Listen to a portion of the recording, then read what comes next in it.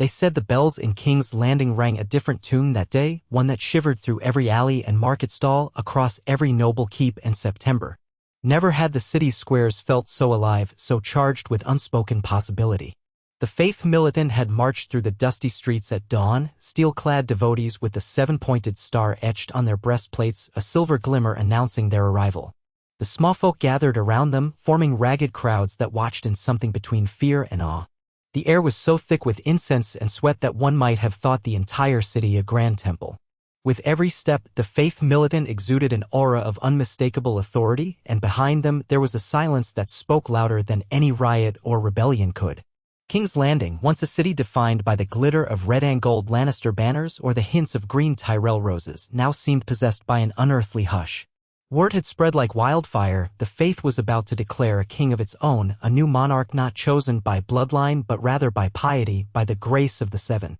The faithful in the streets, those who believed in a purer kingdom governed by the will of the gods rather than the ambitions of mortal men, fell to their knees in prayer, while the skeptics looked on, uncertain whether to keep their heads bowed or their swords drawn.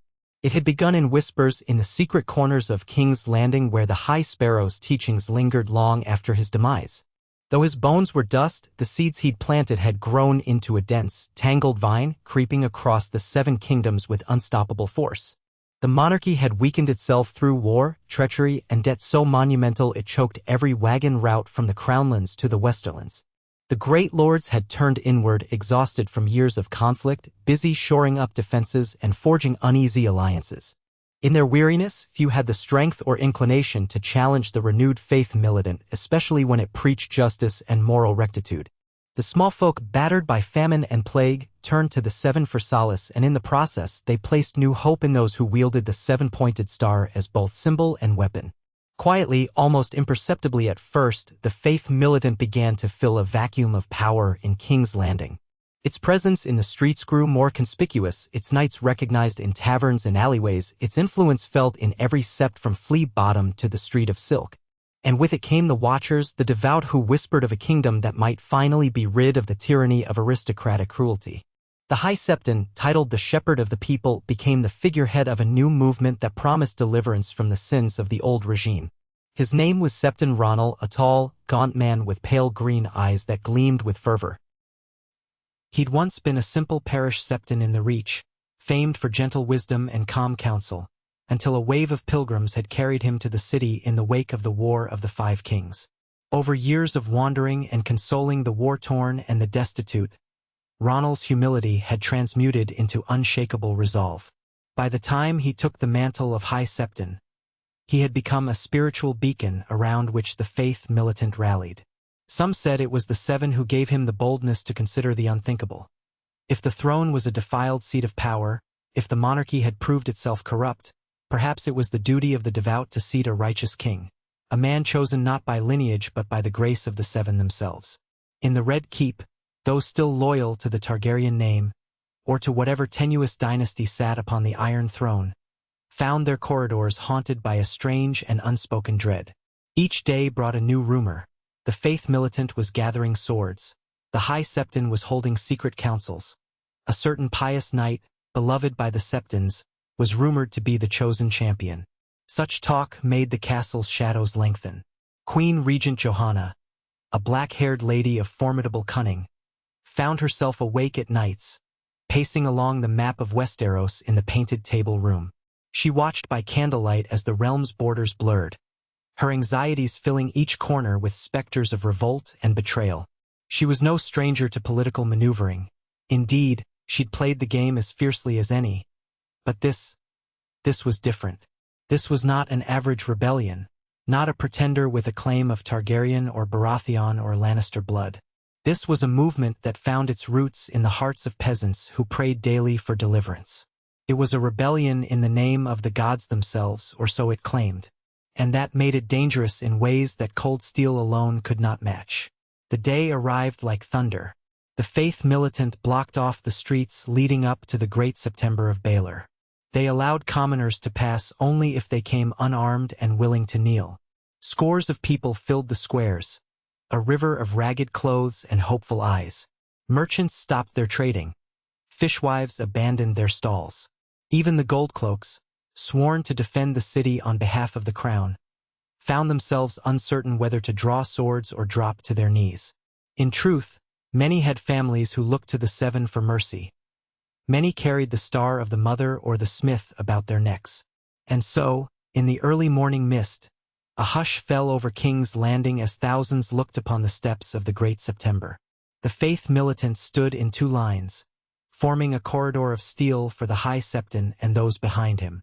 Septon Ronal himself wore robes of undyed wool, plain but for the subtle silver thread forming the 7-pointed star on his chest. With him strode a tall figure in gleaming armor, a cloak of white over his shoulders, every inch of metal polished to mirror brightness. He was the rumored champion, Ser Marston Hightower, a name that carried weight in the Reach as a distant scion of the venerable House Hightower. Yet he'd forsaken his lands and titles to walk the path of the warrior's son, devoting himself to the faith at a young age. That day he was said to walk closer to the gods than any lord or knight before him. People gasped when they saw him. Ser Marston had the look of a man shaped by both mortal training and celestial blessing, tall, broad-shouldered, with a face carved by piety and unwavering resolve. His eyes were the color of the morning sky, and they seemed to take in everything: the prayers of the weak, the devotion of the faithful, the fear of the powerful. At his hip was a blade rumored to have been blessed in Old Town, steeped in the fires of 1,000 candles lit in the name of the Seven. Whispers said that its edge could cut through not just flesh but falsehoods. Idle gossip, perhaps, but it still gave the people a tale to believe in, and belief was the coin of the realm that morning. Beside him came the leading members of the most devout, carrying candles and chanting softly. The chant echoed down the wide marble steps, a haunting harmony that wove together the prayers to each of the seven: the father, the mother, the maiden, the crone, the smith, the warrior, and the stranger. It was an invocation of cosmic magnitude, calling upon the heavens to bless what was to come. The crowd parted as the procession made its way inside. The September light filtered through the stained glass, casting rainbow hues across the polished floors, illuminating the statues of the seven as if they were living presences. The echoes of the chanting soared up to the vaulted ceiling. At the altar stood a simple wooden throne, made not of gilded gold or carved weirwood but of plain oak, a stark contrast to the grandeur of the Iron Throne. This unadorned seat seemed to speak volumes, that the new king, if truly crowned, would not rule by might or the grandeur of house sigils, but by humility and the will of the gods. It was an image so startling that a ripple of awe and disbelief passed through the gathering. People held their breath, as though any sudden exhalation might shatter the solemn reverence of that moment. Septon Ronal approached the throne with measured steps. Silence took hold as his voice began to speak. It was a voice free of pomp, calm and resonant, carrying an authority born of faith rather than lineage. He spoke of the realms suffering under godless kings, the broken promises and war-torn fields, the orphans left to beg in the streets, and the mothers who wailed beside empty cradles. He reminded them that the seven had been invoked to bless rulers who had so often forsaken their duties, and he claimed that the gods wept for the injustice that reigned in their place. Then, lifting his hands, he called forth the chosen vessel, Ser Marston Hightower, to kneel. A hush more complete than any the sept had ever seen settled over the congregation. Ser Marston lowered himself, the steel of his armor clinking lightly against the marble floor. Each ring of metal against stone felt like the toll of a sacred bell. In that profound stillness, Septon Ronal placed both hands upon the knight's bowed head. His voice rose, a prayer in the old tongue used by septons in coronations. A call upon the father to grant wisdom, the mother to grant mercy, and the warrior to grant the strength to defend the faithful.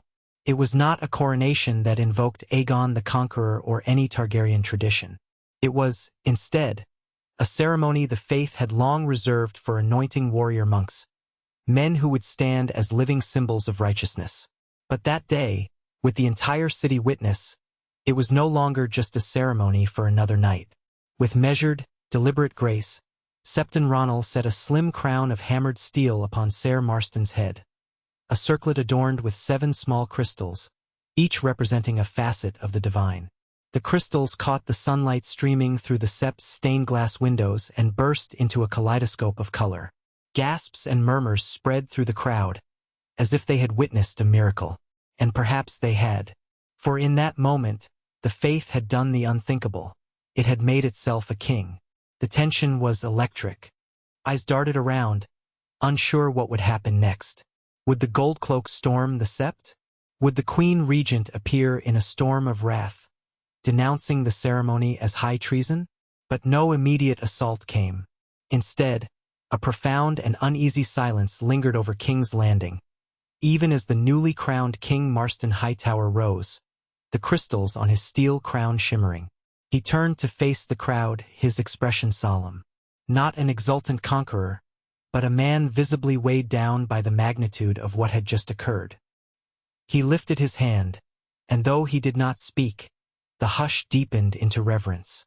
For the faithful, it was as though the seven themselves had stepped onto the mortal plane to lay claim to the Iron Throne. Yet for many in King's Landing, confusion followed devotion. The realm was not shaped by faith alone. It had structures, alliances, debts, and armies. How could a single act, no matter how blessed, upend centuries of tradition? The Queen's courtiers scrambled, some packing their bags in fear of an impending purge, others rushing to the Red Keep to assure Johanna of their unwavering loyalty. Ravens flew from the rookery, swift black arrows carrying news or warnings to every corner of Westeros. Meanwhile, King Marston's first act was simply to walk outside, stand on the high steps of the Great September, and address the multitude. He spoke in a voice both clear and steady, unaccustomed to oratory but infused with conviction. He promised not a reign of terror but of devotion, not tyranny but justice. He pledged to mete out the Father's judgment upon those who had trampled the innocent and to uphold mercy for those who sought penance. It was a speech that resonated with the small folk who yearned for the redemption of a realm battered by ceaseless war.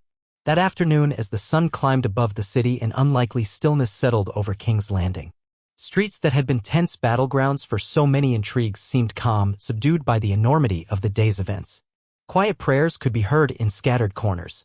Families closed their shutters, uncertain whether to celebrate or hide.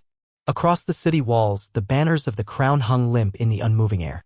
The Lannister red still flew, as did the Baratheon stag in some corners, but the significance of such sigils now seemed overshadowed by the ubiquitous seven-pointed star, pinned to the cloaks of the faith militant or chalked onto doors by devout commoners. The monarchy, it seemed, was no longer the uncontested heart of power. How this would shake out in the days to come was an unknown that both excited and terrified. In the Red Keep, the Queen Regent conferred with her small council. It was a council diminished by years of scheming and betrayal. She had a few allies: Lord Kenric Valerion, Master of Ships; Lady Margelle Rosby, a sly, sharp-tongued advisor skilled in coin; Ser Damon Buckwell, the Lord Commander of the King's Guard. Yet each of them betrayed signs of anxiety at this unprecedented challenge. Treason, they called it. Unthinkable sacrilege, a violation of the divine order, they insisted. Still, it was dangerously naive to believe that outraged words alone could dethrone a man crowned by the faith in full view of the largest city in Westeros. The monarchy's legitimacy had always drawn upon tradition, upon the inheritance of conquest, upon ancient lineages that traced their blood back to Targaryens or old Undul kings. But tradition had been under assault for years, ravaged by civil wars and the fracturing of alliances. Now the faith capitalized on that weakening. Queen Johanna gazed at the painted table, watching the flicker of torchlight dance over the carved continents, her mind churning with possibilities. War was the most obvious recourse, but would the lords rally behind her cause, or would they find themselves swayed by the moral authority of a pious king? The question spiraled out into the realm at large. Houses big and small, from the cold north to the sun-scorched Dornish sands, weighed their loyalties. The Tyrells had once been strong allies of the faith, yet they had also been staunch supporters of the crown. Now their loyalty was fractured along lines of faith and fealty. The Tullus, battered and diminished, eyed the phenomenon with apprehension. They had once fought for honor, and the faith militant offered a kind of moral high ground, but they also feared the unpredictability of a theocracy. The Vale, proud and aloof, recognized a certain danger in letting the faith run amok, recalling ancient wars where religious zeal had ripped the land apart. The North, still dealing with its own scars, remained suspicious of southern faiths and kings alike. Ravens crisscrossed the skies, a storm of letters carrying pleas, threats, and frantic attempts to gauge the changing winds of power. Meanwhile, King Marston spent his first nights at the Great September instead of the Red Keep.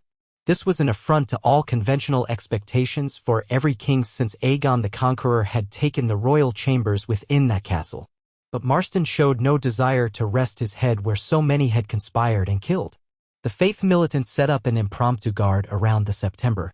In place of lavish banquets, Marston chose meager fare, a thin stew, and bread made by the Silent Sisters.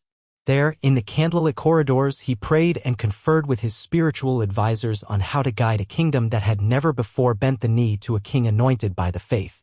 Crowds gathered outside the sept each morning, hoping for blessings or glimpses of their new sovereign. Some out of genuine reverence, others out of an anxious curiosity. And still, no blood had been spilled. Perhaps, people whispered, this would be a gentler monarchy, one that ruled with compassion rather than fear. But compassion would not be enough to maintain power in a land shaped by centuries of steel and flame. By the end of the first week, the tensions had grown.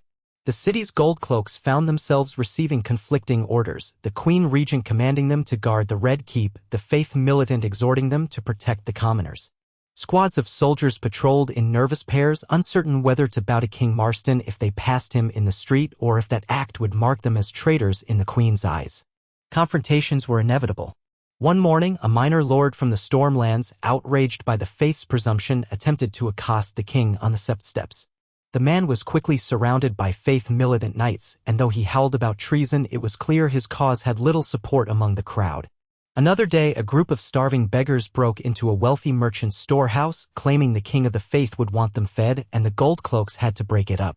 Accusations of chaos spread among the nobility, who declared that the faith's crowning had emboldened the lowborn to defy established hierarchies. Murmurs arose that the queen would strike back soon and strike hard. Beyond the city, in the fertile plains of the Reach, old alliances stirred. The high towers of Old Town, historically the protectors of the faith, had been divided ever since Sir Marston left them. Yet, upon hearing of his coronation, their eldest lord, Manfred Hightower, faced a predicament. Could he defy a cousin who now wore a crown sanctified by the Seven? But to support him meant incurring the wrath of the Iron Throne, which still held claim to the realm's fealty. House Tyrell, nominal overlords of the Reach, watched carefully, unsure if they should declare for a religious king who might undermine their secular power. Meanwhile, the Manderleys in White Harbor, the Arryns of the Vale, the Martells in Dorne, each weighed the promise of a kingdom guided by moral absolutes against the realities of power politics. Whispers of a grand council emerged, but so did rumors of a holy war. The lines of possibility sprawled out like cracks in ice, ready to shatter under a single misstep. Inside the Great September, King Marston woke before dawn, as was his custom, and knelt in solitary prayer before the statue of the warrior. He found himself grappling with burdens no sword training had ever prepared him for, the complexities of administration, the need to collect taxes, the necessity of forging alliances or confronting rebellion. He had dedicated his life to the faith, believing that the land needed mercy and justice, but now that he wore a crown, the scale of the task pressed on him relentlessly. Each day brought a new council with Septon Ronal and the most devout. Some argued for a swift show of force against the Queen Regent to seize the Red Keep and consolidate power. Others urged peace, claiming that any violence would tarnish the moral purity of their cause. Torn between these poles, Marston could scarcely rest. He could feel the weight of every desperate mother who wanted bread for her children, of every knight who wanted glory, of every septon who wanted piety, and of every lord who wanted to maintain the status quo or exploit the new chaos. It was not long before Queen Johanna made her move. In the dim torchlight of the throne room, she appeared before her assembled lords and loyal knights, dressed in black velvet embroidered with golden flames. An imposing figure, she stood before the Iron Throne with all the pomp the monarchy could muster. In a voice sharpened by contained fury, she declared the faith's coronation an act of usurpation and declared King Marston a pretender and heretic. She called upon the banners of the Crownlands, the Westerlands, and all loyal houses to rally to the Iron Throne. She promised rewards for those who captured or killed the so-called Faith King. She insisted that the gods had always guided the monarchy, but never before had they sanctioned a break from traditions so blatant and dangerous. Her words reverberated through the hall like a clarion call to arms. Lords with vested interests in maintaining secular power nodded vigorously, vowing to bring their spears and swords to the city's defense. In response, the Faith Militant locked down the Great September and stationed zealots at key points across the city. They did not forcibly remove the queen from the Red Keep yet, but they made sure no force loyal to her could enter the sept without wading through a sea of pious knights. Meanwhile, petitions from small folk poured in begging the new Faith King to intervene on matters of injustice, a father who wanted his daughters protected from a predatory landlord, a group of laborers cheated of pay by a minor noble, a septon complaining of local corruption. For each case, King Marston tried to administer a just ruling, drawing on the principles of the seven-pointed star. His judgments were not always popular with lords who saw their authority undermined, but they endeared him to the people who had long felt neglected by the crown. If the monarchy was waging a propaganda war, the faith had found fertile ground in the hearts of the commoners. Soon, tensions escalated to violence outside the city. Small skirmishes flared up between the Queen's loyal knights and roving bands of Faith Militant. Farms were burned, travelers harassed. The roads became dangerous, echoing an earlier time of war. Fear spread that a full-blown conflict was inevitable. Yet for all her bluster, Queen Johanna hesitated to order an all-out assault on the September. She recalled the fiasco decades ago when a royal force had tried to break the power of a particularly zealous High Sparrow. Then, the city had nearly erupted in chaos and the monarchy's reputation had been severely tarnished. Storming the sept, spilling blood in the holiest place in King's Landing would evoke the wrath of thousands of believers. She needed a different plan, perhaps something more cunning. In her private chambers, the Queen Regent began to draft letters to key houses, reminding them of their histories and debts, cajoling them with land grants, stoking their fears of a theocracy that might impose harsh moral codes on the realm. She played upon the pride of certain lords, especially the Ireborn, the Dornish, and the Northmen, who had never cared much for the faith of the Seven in the first place. She tried to gather a coalition that could blockade the city, deprive the faith of resources, and force King Marston to yield. Some responded favorably while others hesitated, uncertain if they wanted to take arms against a movement that might just be unstoppable if it continued to win the hearts of the people. Within the Great September, King Marston learned of these machinations through spies and sympathetic contacts. He realized he had to move swiftly before the Queen could choke the city of supplies. The Faith Militant might have the support of the small folk, but it lacked the large-scale logistical infrastructure of an established monarchy. It had no stable supply lines or robust treasury, only the donations of believers and what could be mustered in short order. The new king convened his closest advisors, Septon Ronald, a few devout knights, and some lay followers skilled in trade. They talked late into the night of forging alliances with those who might support a religious rule, House Hightower, perhaps, or pious lords from the Reach. If trade could flow through Old Town and if certain houses could be swayed to bolster the faith's new seat of power, the monarchy's blockade might be foiled. Yet was that too reminiscent of the same political machinations the faith claimed to abhor? In those tense weeks, King Marston's personal life was all but consumed by the demands of rulership. He had never wed, his entire life until now had been a pledge to the faith.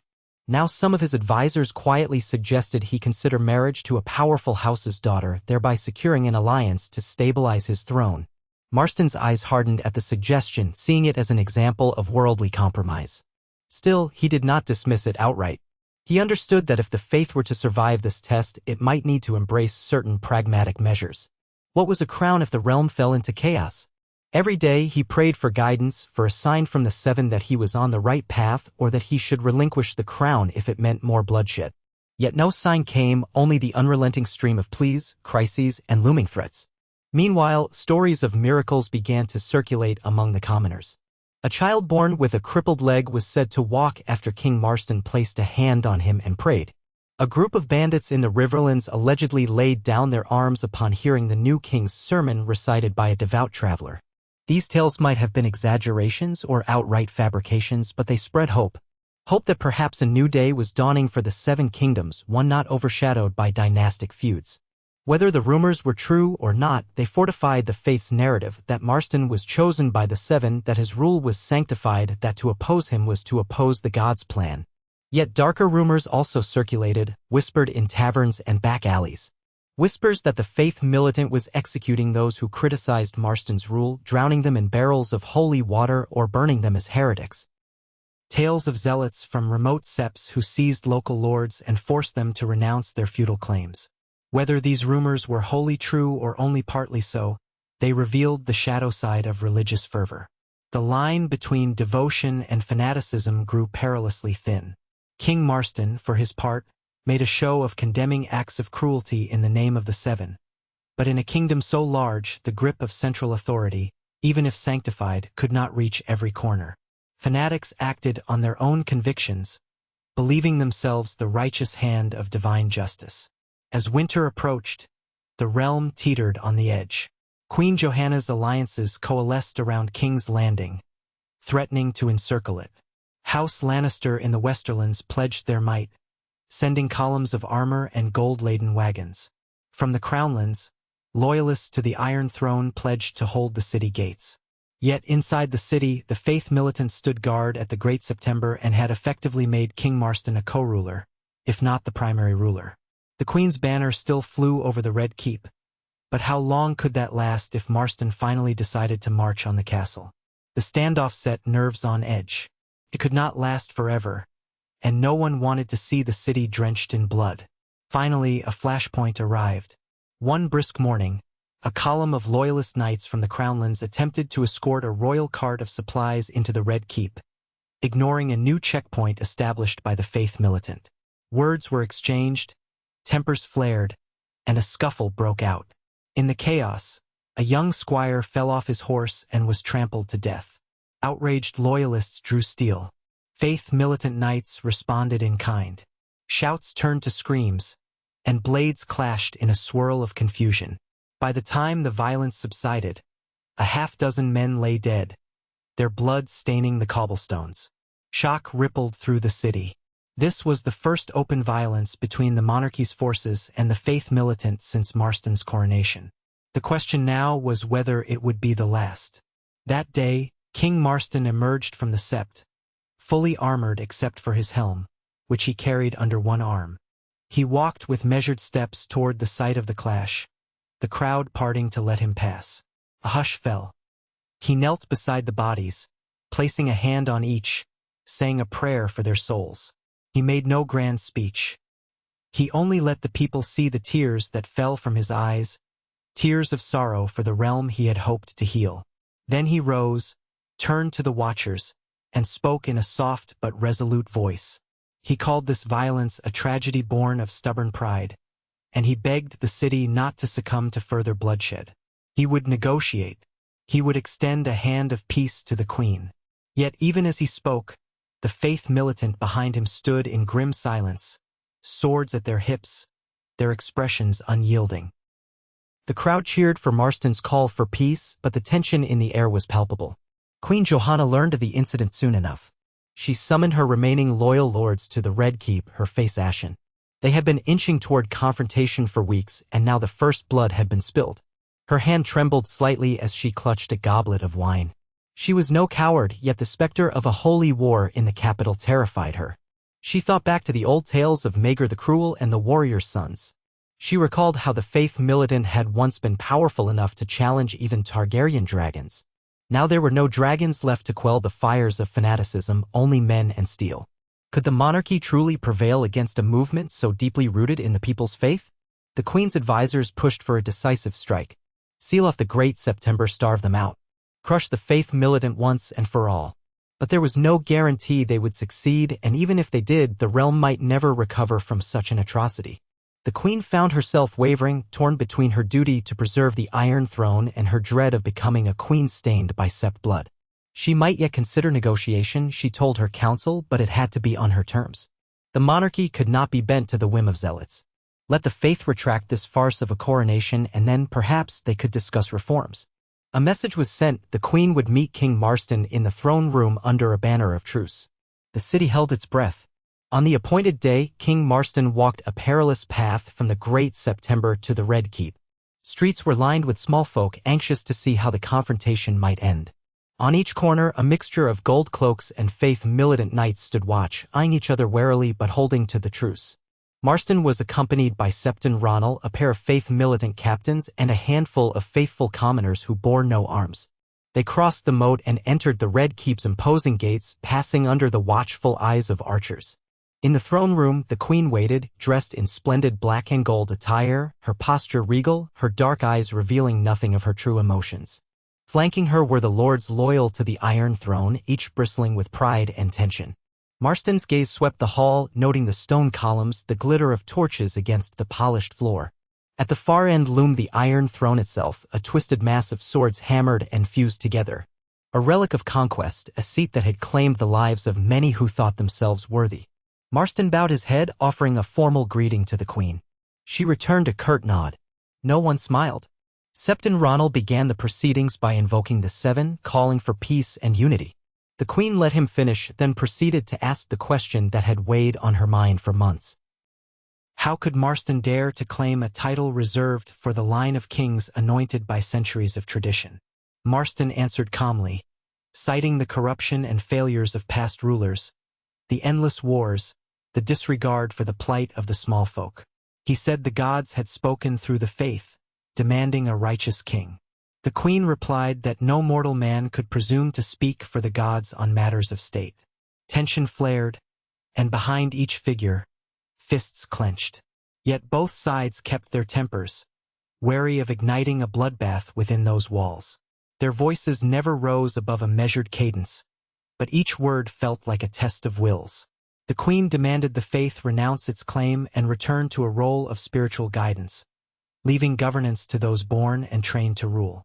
Marston held firm that the realm needed a healing, moral hand, not more dynastic squabbling. In the corridor, a hush settled among the onlookers. Some prayed silently. Others simply watched, hearts pounding. This moment felt like a hinge upon which the fate of Westeros might swing.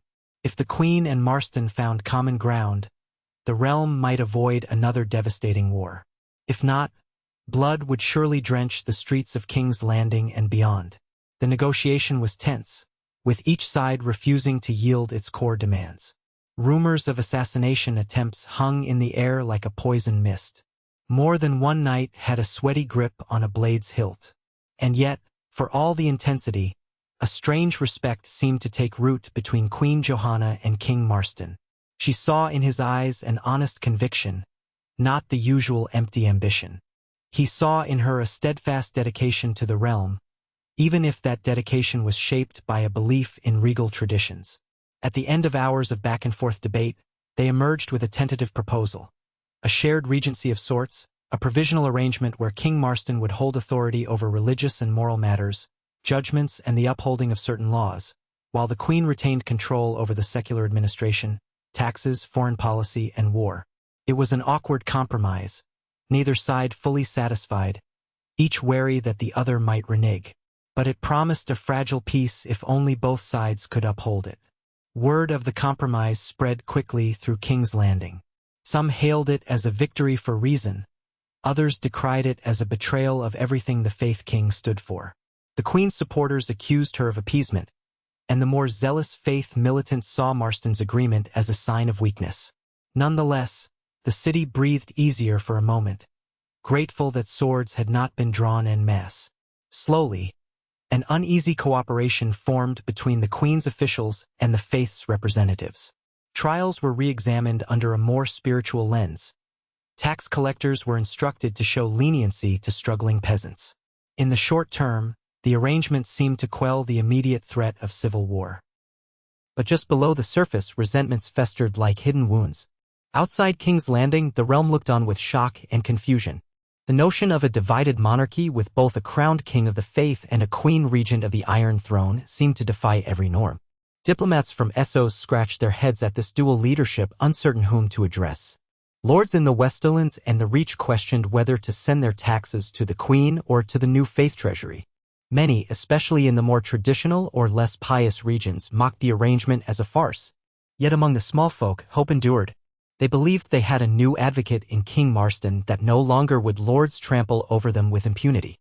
Months passed, and King Marston and Queen Johanna navigated their uneasy partnership with wary politeness.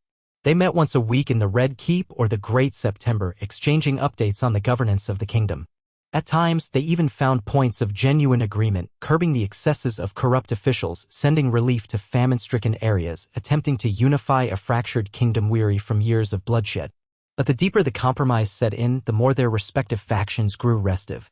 The Faith militant yearned for the day they could purge the realm of what they saw as decadent nobility. The queen's loyalists feared the creeping influence of a religious autocrat who might one day strip away the wealth and privileges of the highborn. Tensions simmered below the surface, each side building up arms in secret. Then came the trial of Lord Medric Hollard, accused of beating peasants who refused to pay him excessive taxes. Under the new arrangement, Marston presided over the trial in a makeshift court set up in the Great September. The evidence was overwhelming, with testimony from half a dozen abused smallfolk. In a move that astonished the nobility, King Marston stripped Hollard of his lands and titles and declared them forfeit to the crown, although, by the compromise, he had no direct power to allocate them. The smallfolk rejoiced at the verdict. But Queen Johanna saw that such a verdict was a direct challenge to her authority, for under the compromise, final rulings over noble lands still fell under the monarchy's jurisdiction. She confronted Marston behind closed doors, accusing him of overstepping. He responded that the gods' justice knew no boundaries. Their words ignited, and the old bitterness resurfaced, threatening to undo the fragile peace. In the days that followed, certain lords began withdrawing their support from the queen, worried she was losing her grip, while more radical sections of the faith militant pressed Marston to go further, to dismantle the old feudal system entirely. Bit by bit, the cracks widened. The city felt the tension in the very air, as if a new storm brewed that could make the earlier threat of conflict look like a mild squall. Knights took to training yards with renewed ferocity. The small council debated ways to rein in the king's moral courts, while the faith militant prepared new decrees aimed at penalizing excessive luxury among the nobility. If a single spark landed on this powder keg, the resulting explosion could tear the city, and perhaps the realm, apart. Queen Johanna finally decided to act. In a secret midnight meeting, she convened a handful of her most trusted allies. They agreed that the arrangement had grown untenable. The faith militant would never stop encroaching on secular authority. Eventually, they would subjugate the monarchy entirely. The only way to prevent that outcome was to remove Marston from power quietly, if possible, to avoid provoking a full-blown uprising. They conspired to stage an incident that would discredit him in the eyes of the small folk, perhaps framing him for an act of hypocrisy or cruelty that would contradict his saintly image. Plans were made to bribe certain unscrupulous elements to commit violent deeds while disguised as faith militant zealots, sowing terror in the city, eroding the movement's moral high ground. If that did not suffice, more drastic measures would follow. But conspiracies rarely remain hidden for long in King's Landing. Whispers reached Septon Ronald, who alerted King Marston. Shocked and hurt, but not entirely surprised, he realized that even the facade of cooperation had been built on shaky foundations. In a moment of fervent resolution, he decided the hour had come to seize the Red Keep, to remove the Queen Regent and her corrupt courtiers. The next morning, he summoned a large contingent of the faith militant to the Great September, calling for a march on the castle. If they succeeded, they would claim the Iron Throne. If they failed, blood would run across the city in rivers. King Marston declared to the gathered faithful that the Seven demanded an end to the monarchy's duplicity. And so, at midday, under a sky the color of lead, the faith militant assembled in disciplined ranks, their armor reflecting the grim light. The city knew something was different. There was an unmistakable tension in the air, as if the heavens themselves held their breath. Word reached the Red Keep before the faith militant set forth, and the queen mustered every loyal knight, gold cloak, and retainer to fortify the castle. Archers lined the walls, and boiling oil was readied. The small folk, terrified, barricaded themselves indoors. The storm that had long threatened to break was now upon them.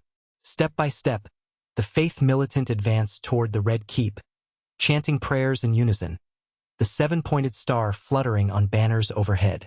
Sir Marston Hightower led them, bearing a shining sword, his crown of crystals firmly on his brow.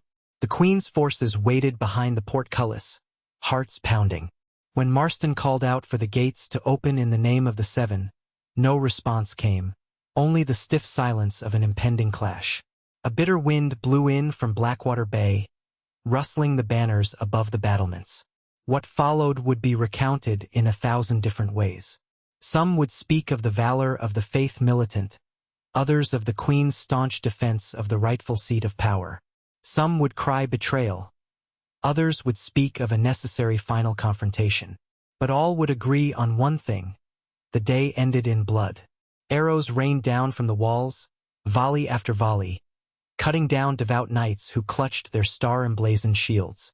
The faith militant rushed the gates, battering them with makeshift rams, chanting prayers even as men screamed and died around them. The queen's loyalists poured scalding oil, fired crossbows from murder holes, and repelled scaling ladders.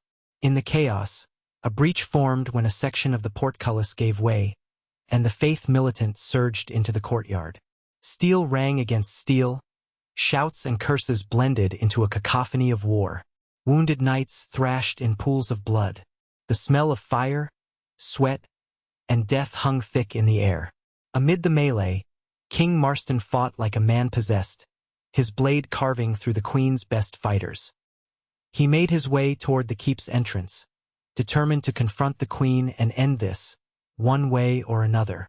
Gold cloaks crashed around him, but with each blow, he advanced, reciting a prayer as he struck. He moved like the warrior incarnate, a column of unwavering will. Yet for every foe he felled, another took their place. The courtyard was a sea of chaos, devout zealots clashing with desperate defenders. Then, in the swirl of bodies, a heavy crossbow bolt found its mark, piercing Marston's armor below the shoulder. He staggered, blood darkening the steel. In that moment of vulnerability, a Lannister bannerman lunged forward, plunging a sword into Marston's side. The new king gasped, dropping to one knee, pain etched across his face. He tried to rise, but the strength began to ebb from his limbs, and he collapsed, the clang of steel echoing in his ears. A sudden hush spread among those nearby, as if the entire courtyard recognized the gravity of what had just happened. The faith militant knights who saw their king fall howled in fury, redoubling their assault, but without his guiding presence, their formation broke. The queen's forces pressed forward, step by bloody step, forcing the faith militant back from the breach. Screams reverberated off the stone walls. Bodies piled near the gates, the once pristine stones slick with gore. In an antechamber overlooking the courtyard, Queen Johanna watched, pale and silent. She had not wished for this, not truly. She believed the monarchy must survive, that the realm must not fall into the hands of fanatics. But as she saw Marston fall, the bright glimmer of his crown spattered with blood, a pang of sorrow and doubt shot through her. Perhaps there had been another way. Perhaps she had failed to see the possibility of forging a truly unified vision for the realm. Yet it was too late. Blood had been spilled and the outcome was clear. The faith militant began to retreat, some trying to drag the wounded king to safety. But he was dying, and everyone could see it. By nightfall, the courtyard was secured by the queen's forces. The faith militant survivors barricaded themselves in the lower halls, but most laid down arms upon hearing that Marston was mortally wounded. The Red Keep dripped with the tragedy of a dream undone. In a corner of the courtyard, a young squire found King Marston propped against a wall, a devout knight desperately trying to stanch the flow of blood from his wounds. His breathing was shallow, his eyes half-lidded with pain. When the queen approached, the devout knight bristled, but Marston beckoned him aside. Summoning the last of his strength, he looked upon Johanna with a mixture of sorrow and acceptance. She knelt beside him, a swirl of conflicting emotions in her dark eyes. No words passed between them for a long moment, only a shared sorrow for what might have been. Then, in a strained voice, Marston asked if the realm would know peace. The queen's lips trembled. She gave no direct reply, only a half-voiced promise to try. He nodded faintly, let out a soft breath, and his eyes closed for the final time. In the aftermath, the faith militant dissolved. Some scattered to the countryside, others surrendered and were stripped of arms. A few were executed by more vengeful lords. Septon Ronald was taken into custody, ultimately forced to step down from his position as High Septon in favor of a more pliable candidate. The queen sought to restore order, to patch the city's wounds. But for many, King's Landing would never feel the same. The memory of that day, of a pious king crowned by the faith, lingered as a testament to both the power of conviction and the tragedy of unbridgeable divides. Some whispered that Marston Hightower had died a martyr, that his spirit lived on in the hearts of the devout, a symbol of what Westeros could have been if only men's hearts were purer. Others sighed in relief, claiming that the realm had been spared a theocracy. In time, songs were written of the faith's king who tried to heal a broken land, songs of longing and regret, overshadowed by the knowledge that in the end, the old order had prevailed, stained though it was by blood and compromise. Yet in the quiet corners of the city, in hidden septs and impoverished villages, there were those who lit candles at dusk and prayed to the Seven in the name of the fallen king. They prayed for a day when the realm might heed a higher calling, when compassion and justice would not be so easily crushed beneath the weight of crowns and steel. Sometimes, in the hush of dawn, a soft voice in the wind seemed to echo the vow Marston had once taken as a knight of the faith, to protect the weak, to serve the gods, to do justice without fear.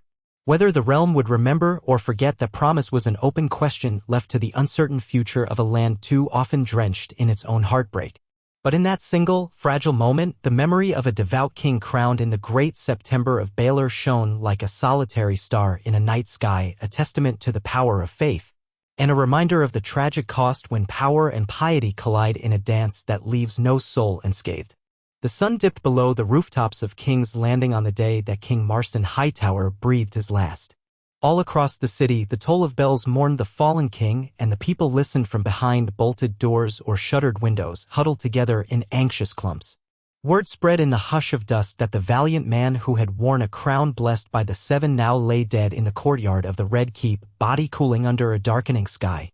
Crowds whispered fearful prayers.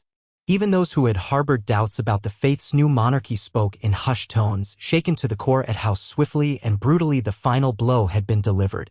The Queen's soldiers cleared the courtyard under torchlight, forcing the battered remnants of the faith militant to surrender or flee. Bodies, clad both in the Queen's sigils and the seven-pointed star, lay in ghastly piles. A few priests wandered among them, offering final prayers, their candles flickering like ghosts in the chill breeze. Near midnight, a company of gold cloaks carried Marston's corpse into a secluded hall within the Red Keep.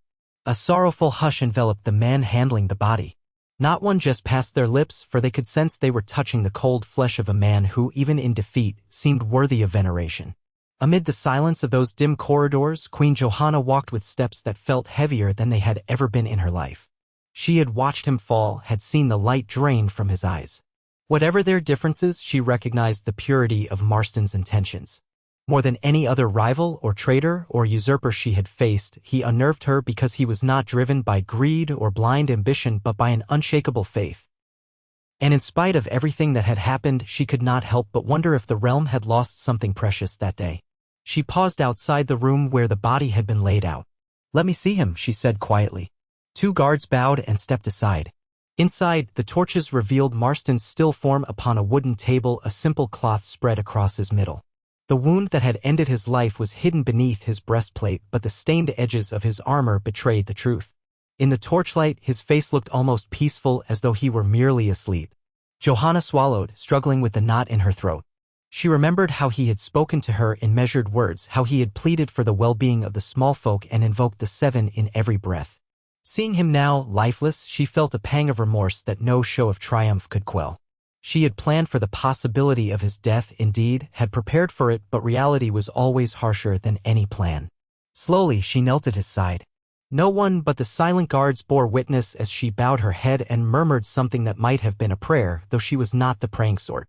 She told herself she was praying for the realm, but in her heart she knew she prayed for Marston, too. In the days that followed, the Red Keep became a fortress of uneasy vigilance. The faith militant were scattered, their ranks shattered by the final confrontation.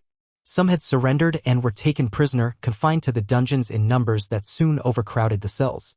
Others still roamed the city in secret pockets, hidden by sympathetic commoners who viewed Marston's death as martyrdom. Every rumor that drifted into the Red Keep carried images of a brewing insurgency, pockets of devout men who vowed revenge. Johanna, mourning her own losses, faced the inevitability that the faith, though broken in open battle, might remain an ever-present tinderbox ready to spark anew. The Queen summoned her small council in an attempt to regain some measure of stability. The painted table room, typically reserved for the grand map of Westeros, had become a makeshift chamber of governance once again. Lord Kenric Valerian stood by the window, his face pinched with unease, while Lady Margelle Rosby sat with pursed lips, her hands trembling with a mixture of excitement and anxiety. Sir Damon Buckwell, the Lord Commander of the King's Guard, lingered behind the Queen's seat, a steadfast sentinel in white armor, though even he wore signs of fatigue after the savage confrontation that had claimed so many lives.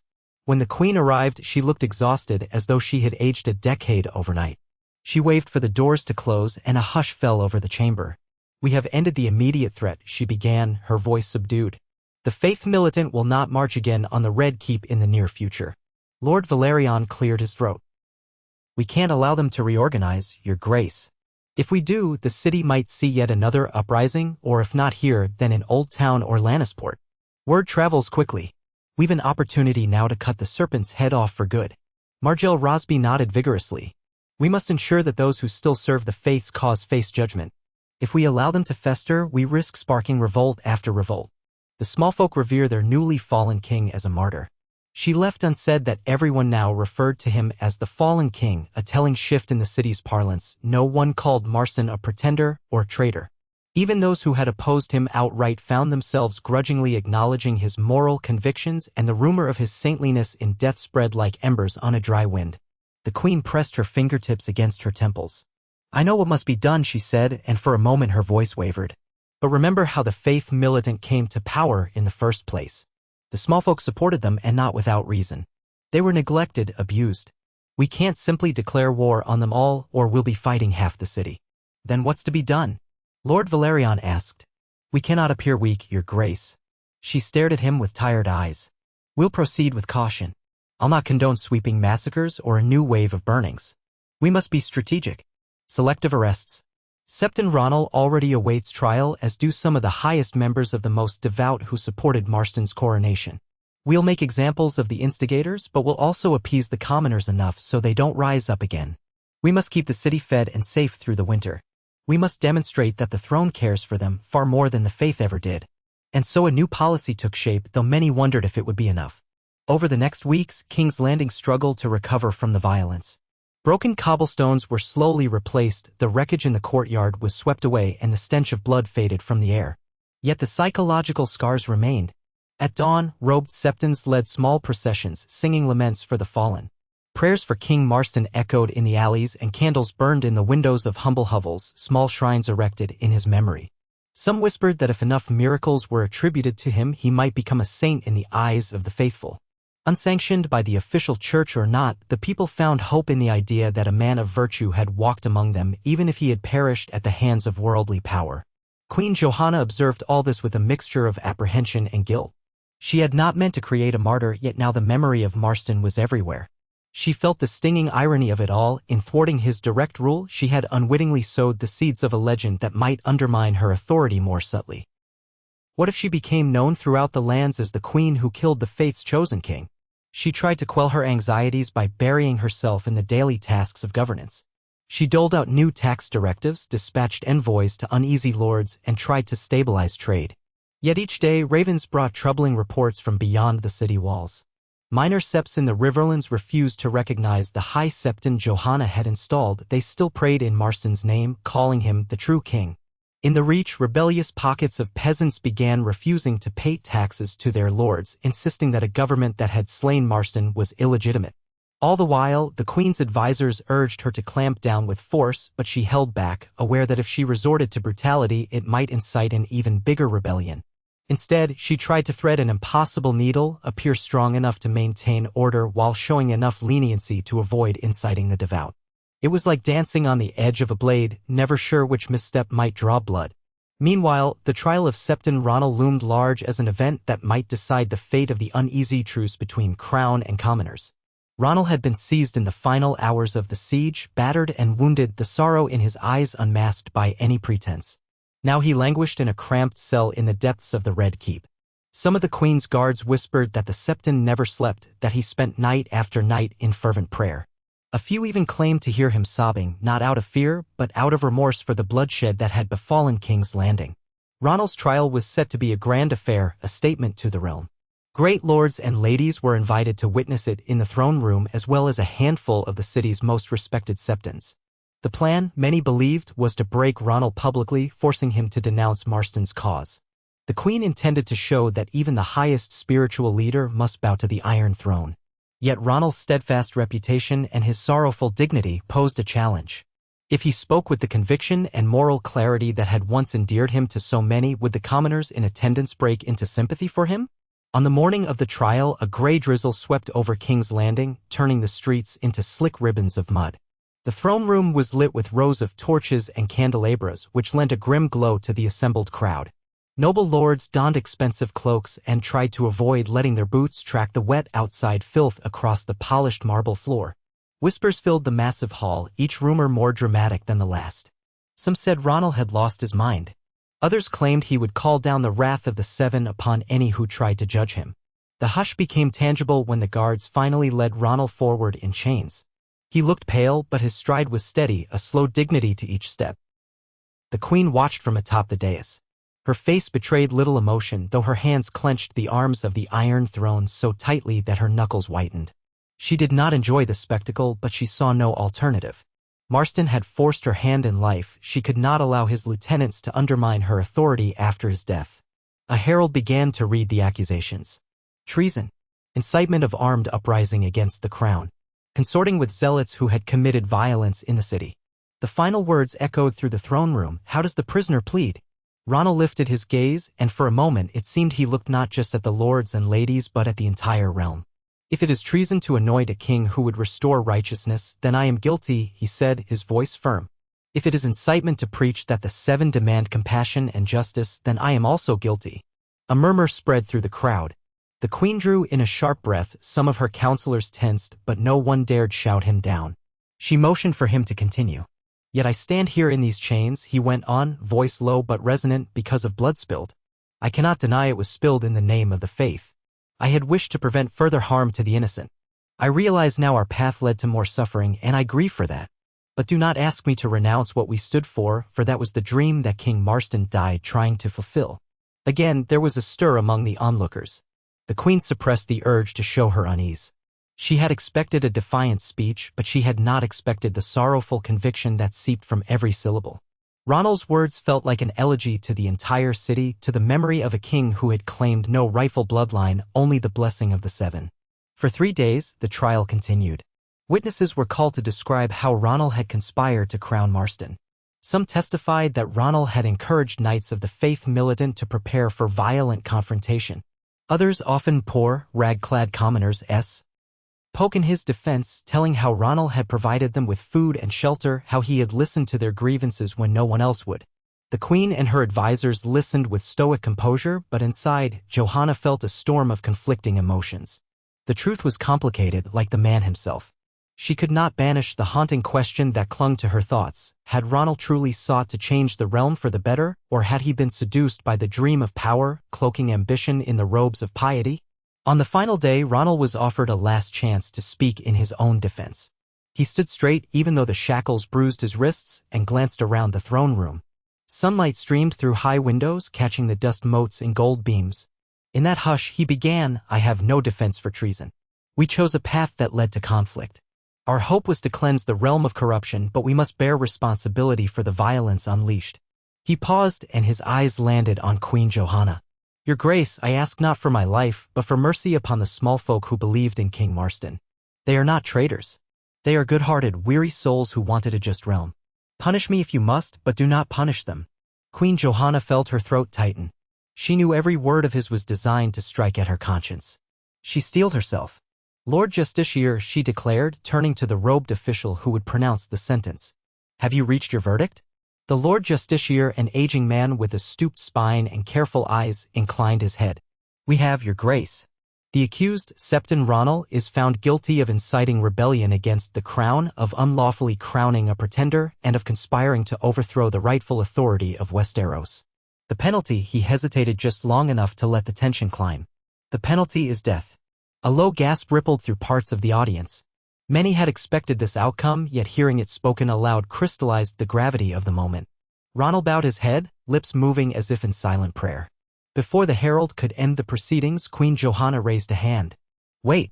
She scanned the sea of faces below her dais, sensing both fear and desperate curiosity. I will not have this man die in the common manner of beheadings. Nor will I have him burnt or drowned.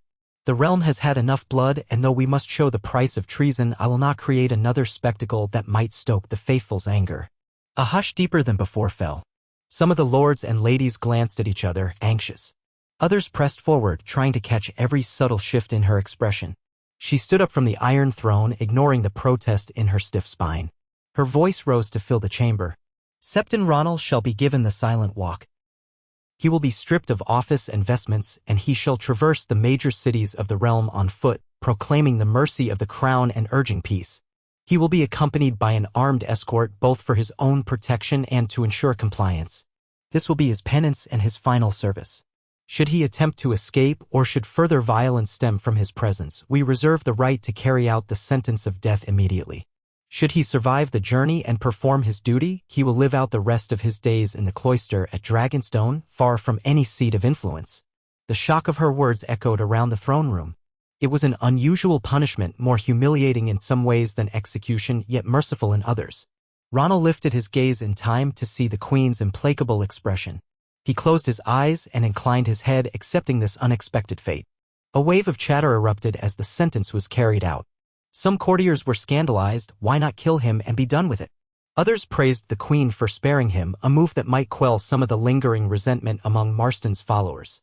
Whatever their opinions, the realm now had a new drama to follow. Septon Ronald's forced pilgrimage across Westeros, a symbol of capitulation as he stepped from city to city.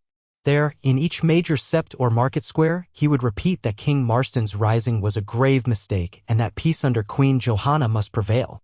That same day, the Queen ordered Marston's body to be prepared for burial.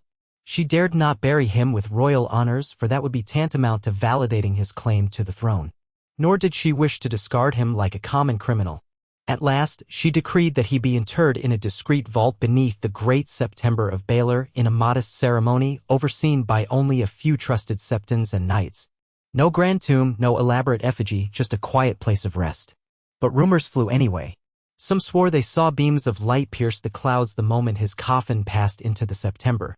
Others whispered that the mortal remains of a saint could never be hidden for long, that eventually the faithful would demand a shrine.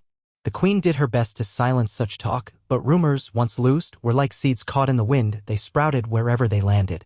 In the weeks that followed, Septon Ronald embarked on his silent walk. He traveled north first, guarded by 10 gold cloaks who had the grim duty of ensuring he carried out his penance. In each town or hamlet, Ronald was stripped to a simple tunic, the crown's decree read out loud, and he was made to kneel before the local sept to apologize for the heresy of crowning Marston. The local folk watched, some moved to tears at the sight of the once proud septon humbled, others enraged that he was forced to denounce a man they still saw as a just king. Yet there was no outbreak of mass violence, not yet. More often, a hush descended when Ronald confessed his part in the tragedy and implored them to remain obedient to the Iron Throne.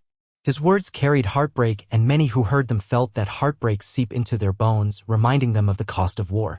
Back in King's Landing, the Queen noticed a tentative quiet settling over the streets. No longer did the faith militant march openly, no longer did the Queen fear a pitched assault on the Red Keep. Traders brought goods into the city again, though they charged higher prices to account for the instability. Slowly, pieces of normalcy returned. Taverns reopened, bakers and blacksmiths resumed their craft, and the chatter of daily life replaced the constant hush of dread. Still, every evening, once the sun sank behind the hills, worshippers lit candles for the fallen king. Indeed, the memory of Marston, especially among the city's poor, became an undercurrent impossible to stamp out. Meanwhile, high lords from across the realm began to recalculate their allegiances. The Queen's show of force had proven that the Iron Throne could still defend itself. It had dealt a crippling blow to the faith militant. Yet the aftermath also showed that the Queen was capable of mercy or, at the very least, pragmatic leniency. Some found that admirable, others saw it as weakness. Lord Manfred Hightower, the aging head of House Hightower in Old Town, wrote a carefully worded letter to the Queen, recognizing her authority and stating his intention to support the crown with grain shipments, though he insisted the faith in Old Town was still uneasy. House Tyrell in Highgarden followed suit, sending an envoy to reaffirm loyalty. The Vale, the North, and Dorne remained more cautious. Their lords waited to see if the Queen could truly keep a lid on the simmering discontent that had arisen from Marston's downfall. Yet for the moment, the land stood at a precarious balance, neither descending into full civil war nor finding any lasting peace. Amid this tense calm, Queen Johanna wrestled with a sense of hollowness. She had always prided herself on her political acumen, her ability to navigate shifting alliances and bend circumstances to her will. But the war with Marston and the manner of his death left a bitter taste. She found herself pacing the corridors of the Red Keep at odd hours, haunted by the memory of his final moments. Another part of her mind constantly worried about her own position. She had no direct heir, her only son had died years before, and no other claimant stood ready to succeed her. Perhaps it was time to think of a new marriage to secure the future of her line. Yet she dreaded the notion of wedding another ambitious lord who saw only power in her. One afternoon, she gathered her principal advisors in a smaller council chamber. She wanted to discuss the line of succession to gauge their reactions. Margelle Rosby, with her sharp eyes, was the first to speak. "A realm in flux cannot afford uncertainty," she said. "If your grace would remarry, the houses would be assured of continuity. No one wants to invest in a monarchy that could end abruptly the moment some assassin or illness claims you." "Pardon the bluntness, your grace." Lord Valerian agreed. "We do not question your strength, my queen, but the realm must see a future, and that often means heirs. There are suitors who would leap at the chance to wed you. House Tully, House Tyrell, even some of the Westerland's lesser branches." Johanna felt an unfamiliar flush in her cheeks. Once she had been accustomed to proposals, but she was no longer a young maiden. She was a woman who had outlived her husband and child, who had navigated wars, who had just confronted a rebellion led by the faith. Could she really consider marriage again? The thought filled her with reluctance. Yet she also recognized the political necessity. "I will think on it," she said. "But not rashly. The realm still recovers from a near civil war. Let us deal with that first." So they proceeded to chart out new rules to limit the power of the faith. They passed edicts that restricted the number of armed men any sept could maintain. They reaffirmed that only the crown could sanction the creation of military orders. They regulated donations to the church, ensuring that the money for the faith could no longer funnel into private armies or fanatic groups. At the same time, the Queen sponsored public works to endear the small folk, improved roads, new marketplaces, a relief fund for widows and orphans left behind by the battles. Even some devout septons grudgingly acknowledged that, for all her harshness, Queen Johanna was at least attempting to address the root causes of the commoners' discontent. Through it all, the memory of Marston lingered like a restless spirit. In whispered corners, small groups of believers formed what they called the Circle of the Fallen Crown. They met in hidden septs or dark taverns to pray for Marston's soul and to wonder if one day another champion might rise in his name. Most of these gatherings were peaceful, merely acts of piety, yet a few radicals seethed with the desire for revenge. They scrawled the seven-pointed star on walls, adding a stylized crown around it as if to proclaim the coming of another faith king. The Queen's agents tried to root out these pockets, arresting agitators when they could. But the hearts of men are difficult to control, and the seeds of rebellion lay dormant, awaiting the right conditions to bloom again. Autumn gave way to winter, though the season was mild compared to the long winters of legend. A chill swept through King's Landing, but the waters of Blackwater Bay rarely froze. Snow dusted the highest rooftops on only a handful of mornings, and children ran into the streets to catch flakes on their tongues. Ships continued to ply the waves, bringing trade from Dorne and the Arbor. Still, for many, the shorter days and dark nights magnified the sense of uncertainty. The illusions of normalcy never truly masked the tension coiled beneath. Far beyond the capital, in the sprawl of the Reach, Lord Manfred Hightower grew ill. Some suggested it was heartbreak over Marston's fate, a rumor easily dismissed in official circles but whispered among the small folk who had always seen the Hightowers as guardians of the faith. As his health waned, a power struggle erupted within the grand halls of the High Tower itself, where lesser relatives jockeyed for the lordship. Some among them argued they should break entirely from the crown, adopting a more radical pro-faith stance. Others insisted they maintain the policy of cautious loyalty that Lord Manfred had established. A few whispered that perhaps a marriage alliance with the Queen could bring them more influence and possibly control over the realm's spiritual destiny. Letters arrived in King's Landing proposing such alliances, and Johanna had to wonder if wedding a Hightower might ironically quell the last embers of the faith's rebellion or only fan them into fresh flames. While the Queen contemplated her political suitors, the forced journey of Septon Ronald continued through the Crownlands, the Riverlands, and eventually into the Westerlands. Wherever he went, the local lords were required by the Queen's decree to host him and allow him to speak in the market squares. Some tried to minimize his exposure, scheduling his confessions at odd hours or restricting attendance. But even so, word traveled ahead of him, and crowds gathered to watch a man once powerful and revered stand in rags and chains, proclaiming that he had erred in crowning Marston. Yet from time to time, Ronald's voice would break with emotion, and he would slip in words that sounded less like repentance and more like lament. He would say, "We believed in a purer realm and we paid the price," or "May the Father judge all those who break their vows to protect the weak." These small departures from the official script did not go unnoticed by the Goldcloaks who escorted him, but as long as he did not openly incite rebellion, they let it pass. Perhaps they, too, felt pity for the broken septon. What neither Ronald nor the Queen realized was that each time he spoke, each time crowds heard his mixture of regret and longing, some among them found in his words a new call to hope. The old dream of Marston lingered, more wistful now than before. Could it be, they wondered, that the Queen's hold on the realm was not as unshakable as it seemed? Could faith in a higher ideal still ignite hearts? At the year's turn, Queen Johanna arranged a gathering at the Red Keep to celebrate a minor holiday, ostensibly a feast of thanks for the harvest and a prayer to the Seven for continued peace. She invited nobles and wealthy merchants from all corners of the kingdom, hoping to display her generosity and underscore her control. Tapestries were hung to cover the scars of recent battles, and the great hall glowed with rows of tall candles.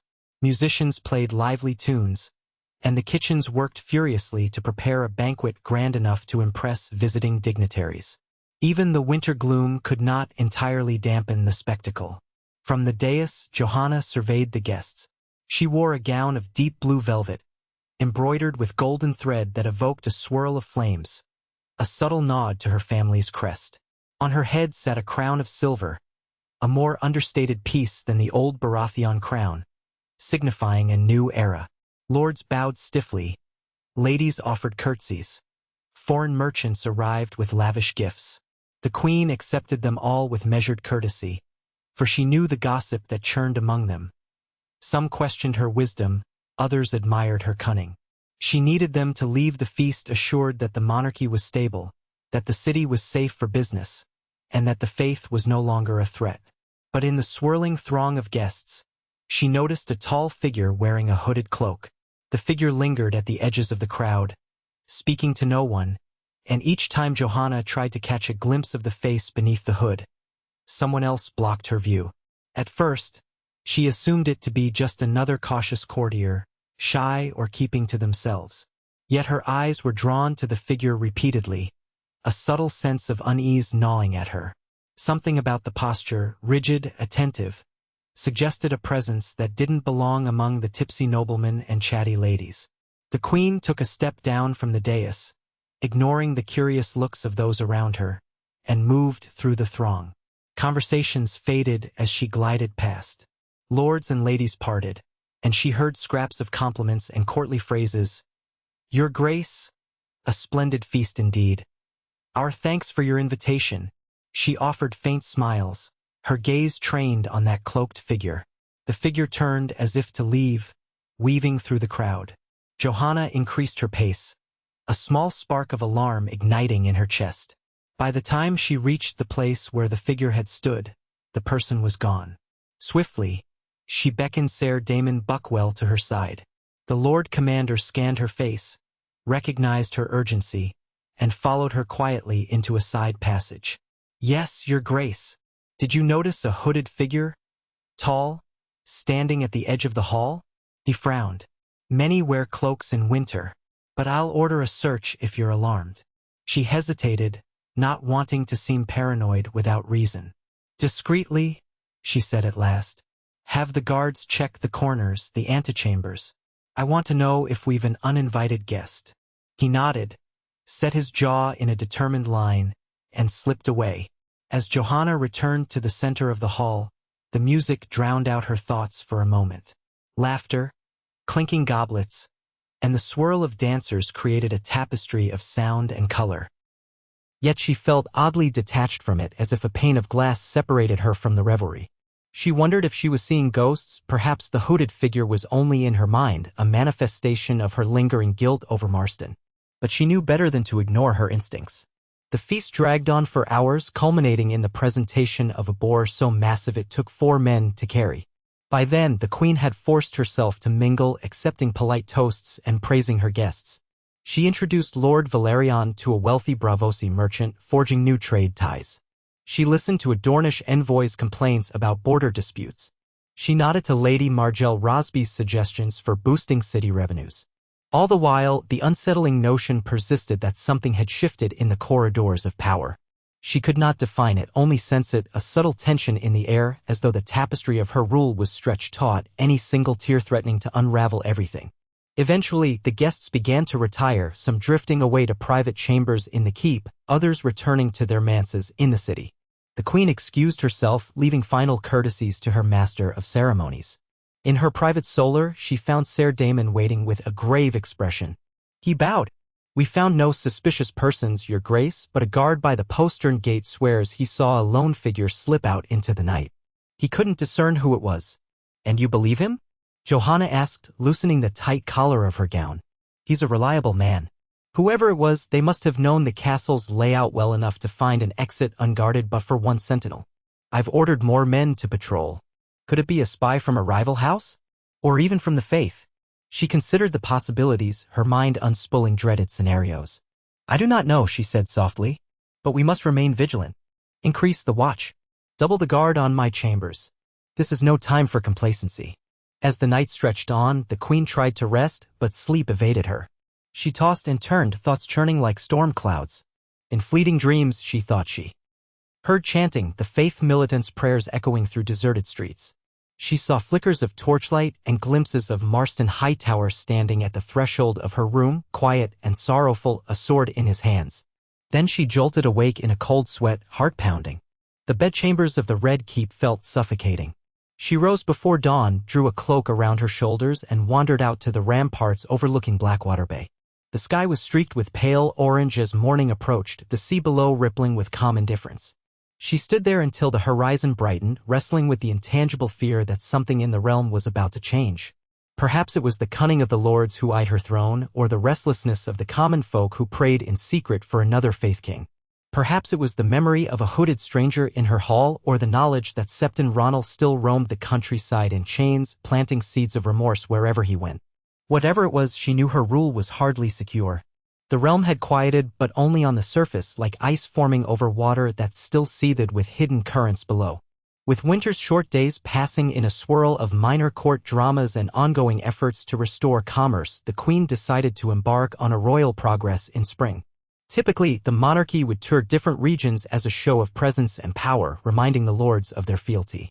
She had avoided such a journey during the height of the faith uprising, fearful of leaving King's Landing. But now, after the confrontation, she wanted to appear confident. She would travel to the Reach first, highly symbolic, since Marston had Hightower blood. Her plan was to visit Old Town and Highgarden, negotiating with the local powers to ensure the faith's defeat remained a settled fact. If the Hightowers could be won over, their influence might extinguish any lingering embers of rebellion. Her counselors, ironically, were divided. Some warned it was too soon, that traveling would leave her vulnerable if pockets of faith loyalists tried to assassinate her. Others urged her to move quickly and crush any illusions that she feared the countryside. In the end, her desire to project strength won out. Preparations commenced for a grand royal caravan. Wagons were loaded with gifts, tents, and all the accoutrements needed to keep the queen comfortable on the road. A detachment of 500 soldiers would accompany her, along with her king's guard. On the day of departure, King's Landing turned out to watch the procession wind through the streets. Soldiers in gleaming armor, banners fluttering, and the queen herself seated in an ornate carriage. Many cheered, hoping for stability after so much turmoil. Others stood silent, remembering the days when a different monarch, clad in simpler robes, had walked those streets with a gentle stride. Now, the cost of that dream was etched in their memories. The queen could sense the subdued mood. She glimpsed altars adorned with 7-pointed stars, sometimes accompanied by a small replica crown. She said nothing, keeping her gaze forward, determined to show no weakness. The caravan passed through the city gates, heading southwest toward the Rose Road that would eventually lead to Highgarden. The air carried the fresh tang of early spring, the muddy ground giving way to patches of budding grass. If she could secure the loyalty of the Reach, half her troubles might vanish, or so she hoped. Beyond the city outskirts, farmsteads dotted the horizon, fields waiting to sprout new life. The journey began without incident. They stopped in a handful of Crownland's villages, where the queen gave measured speeches about the importance of unity under the throne. Each time, she observed the crowd carefully. She saw uneasy respect but also glimpses of sorrow in older faces, as though no speech could erase the memory of the Faith King's ephemeral reign. Still, there were no attempts on her life, no great scenes of protest. Perhaps the realm truly was ready to move on. It was just as they crossed into the fertile lands of the Reach that word arrived via a dirt-spattered messenger that Septon Ronald had vanished. The Queen was reading over records of tax revenues in her traveling pavilion when the messenger, panting from exertion, knelt at her feet. He told the story in bursts. Outside a small hamlet near Ashmark, the Goldcloaks had set up a crude dais for Ronald to speak. Everything proceeded as usual, a contrite speech. But after nightfall, during a change of the guard, Ronald was gone. Not a single watchman saw him leave. No sign of forced locks or broken windows. The Goldcloaks discovered his empty bunk, chains lying on the floor. The only clue, a half-burnt candle shaped like the seven-pointed star. Johanna felt a surge of alarm, overshadowed by a cold anger. He escaped? Or was he taken? Did the Goldcloaks desert him? The messenger relayed that the men were frantic. Some had already ridden out in search of him, combing forests and roads. They found no trace. We suspect someone loyal to the faith orchestrated a rescue. The men swear they heard nothing, saw nothing amiss. The Queen dismissed the messenger, her mind spinning with implications.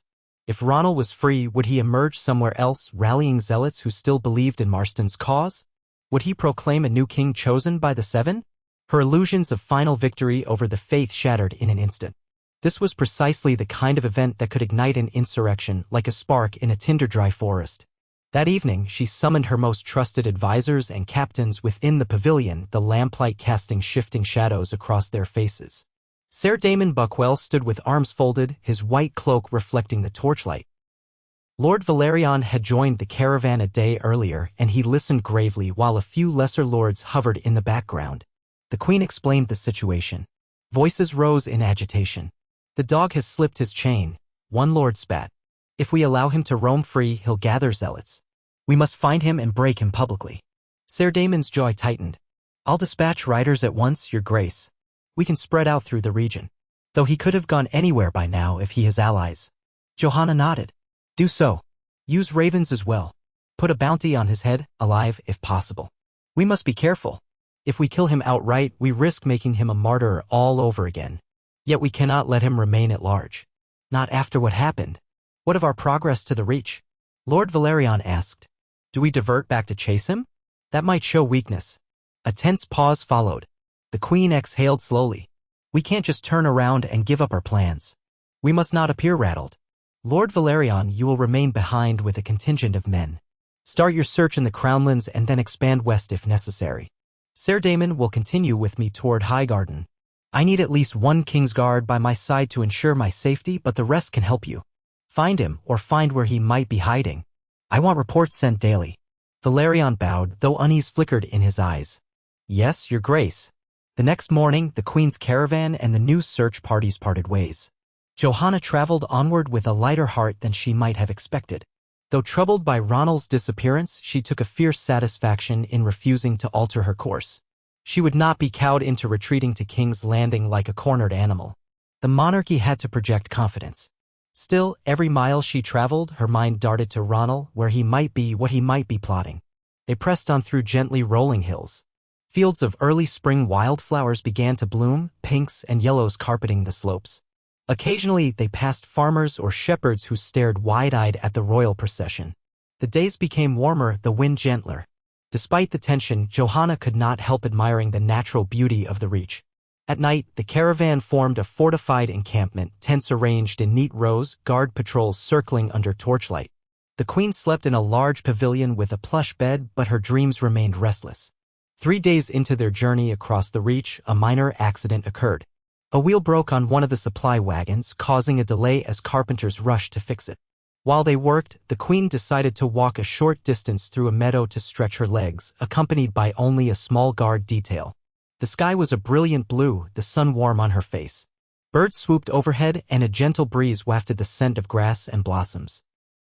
For a moment, she pretended she was just a traveler, free of the burdens of crowns and rebellions. But that fleeting reverie shattered. A figure emerged from behind a grove of trees, hooded again, tall and unmistakably armed. The Queen's guards reacted at once, drawing swords, forming a protective circle around her. Johanna's heart pounded. She recognized the silhouette, the posture, from the feast in King's Landing. The same hooded shape that had slipped out unnoticed. The figure raised empty hands, showing no immediate threat. But the guards remained on edge. Slowly, the hood was drawn back, revealing a woman with sharp, pale features and hair braided close to her scalp. She wore simple traveling leathers, but a sword hung at her hip. Her eyes, an intense gray, flicked from guard to guard, then settled on Johanna. "Speak your name," demanded Ser Damon, stepping forward, blade half raised. The stranger gave a small, wry smile. "I am Lady Eleanor Tarley, once of Hornhill. You'll find my name in the old genealogies. Though my father had me disowned, 10 years past." Johanna's breath caught. She knew of Tarley's main line, famed warriors, staunch supporters of House Tyrell, proud of their swords. But the name Eleanor was dimly familiar, whispered in gossip about some scandal or another. Was she a disowned daughter? She studied the woman's face, seeing flickers of determination, maybe even anger. "Why do you come like this, Lady Eleanor? If you wanted an audience, why not approach openly?" Eleanor eyed the men's swords, unimpressed. "I came to warn you. Something stirs in the shadows that threatens both you and the realm." Johanna narrowed her gaze. "And you had to cloak yourself to deliver this warning?"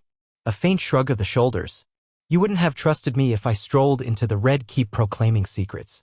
I needed to be sure you'd listen. I tried once at your feast, but I lost my nerve and fled.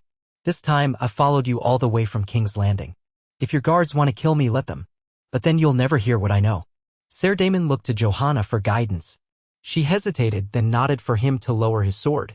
She beckoned for Eleanor to step closer, though still maintaining a healthy distance. "Very well, Lady Eleanor. You have come a long way. Speak." Eleanor took a steadying breath. "Some are determined that King Marston's legacy will not die.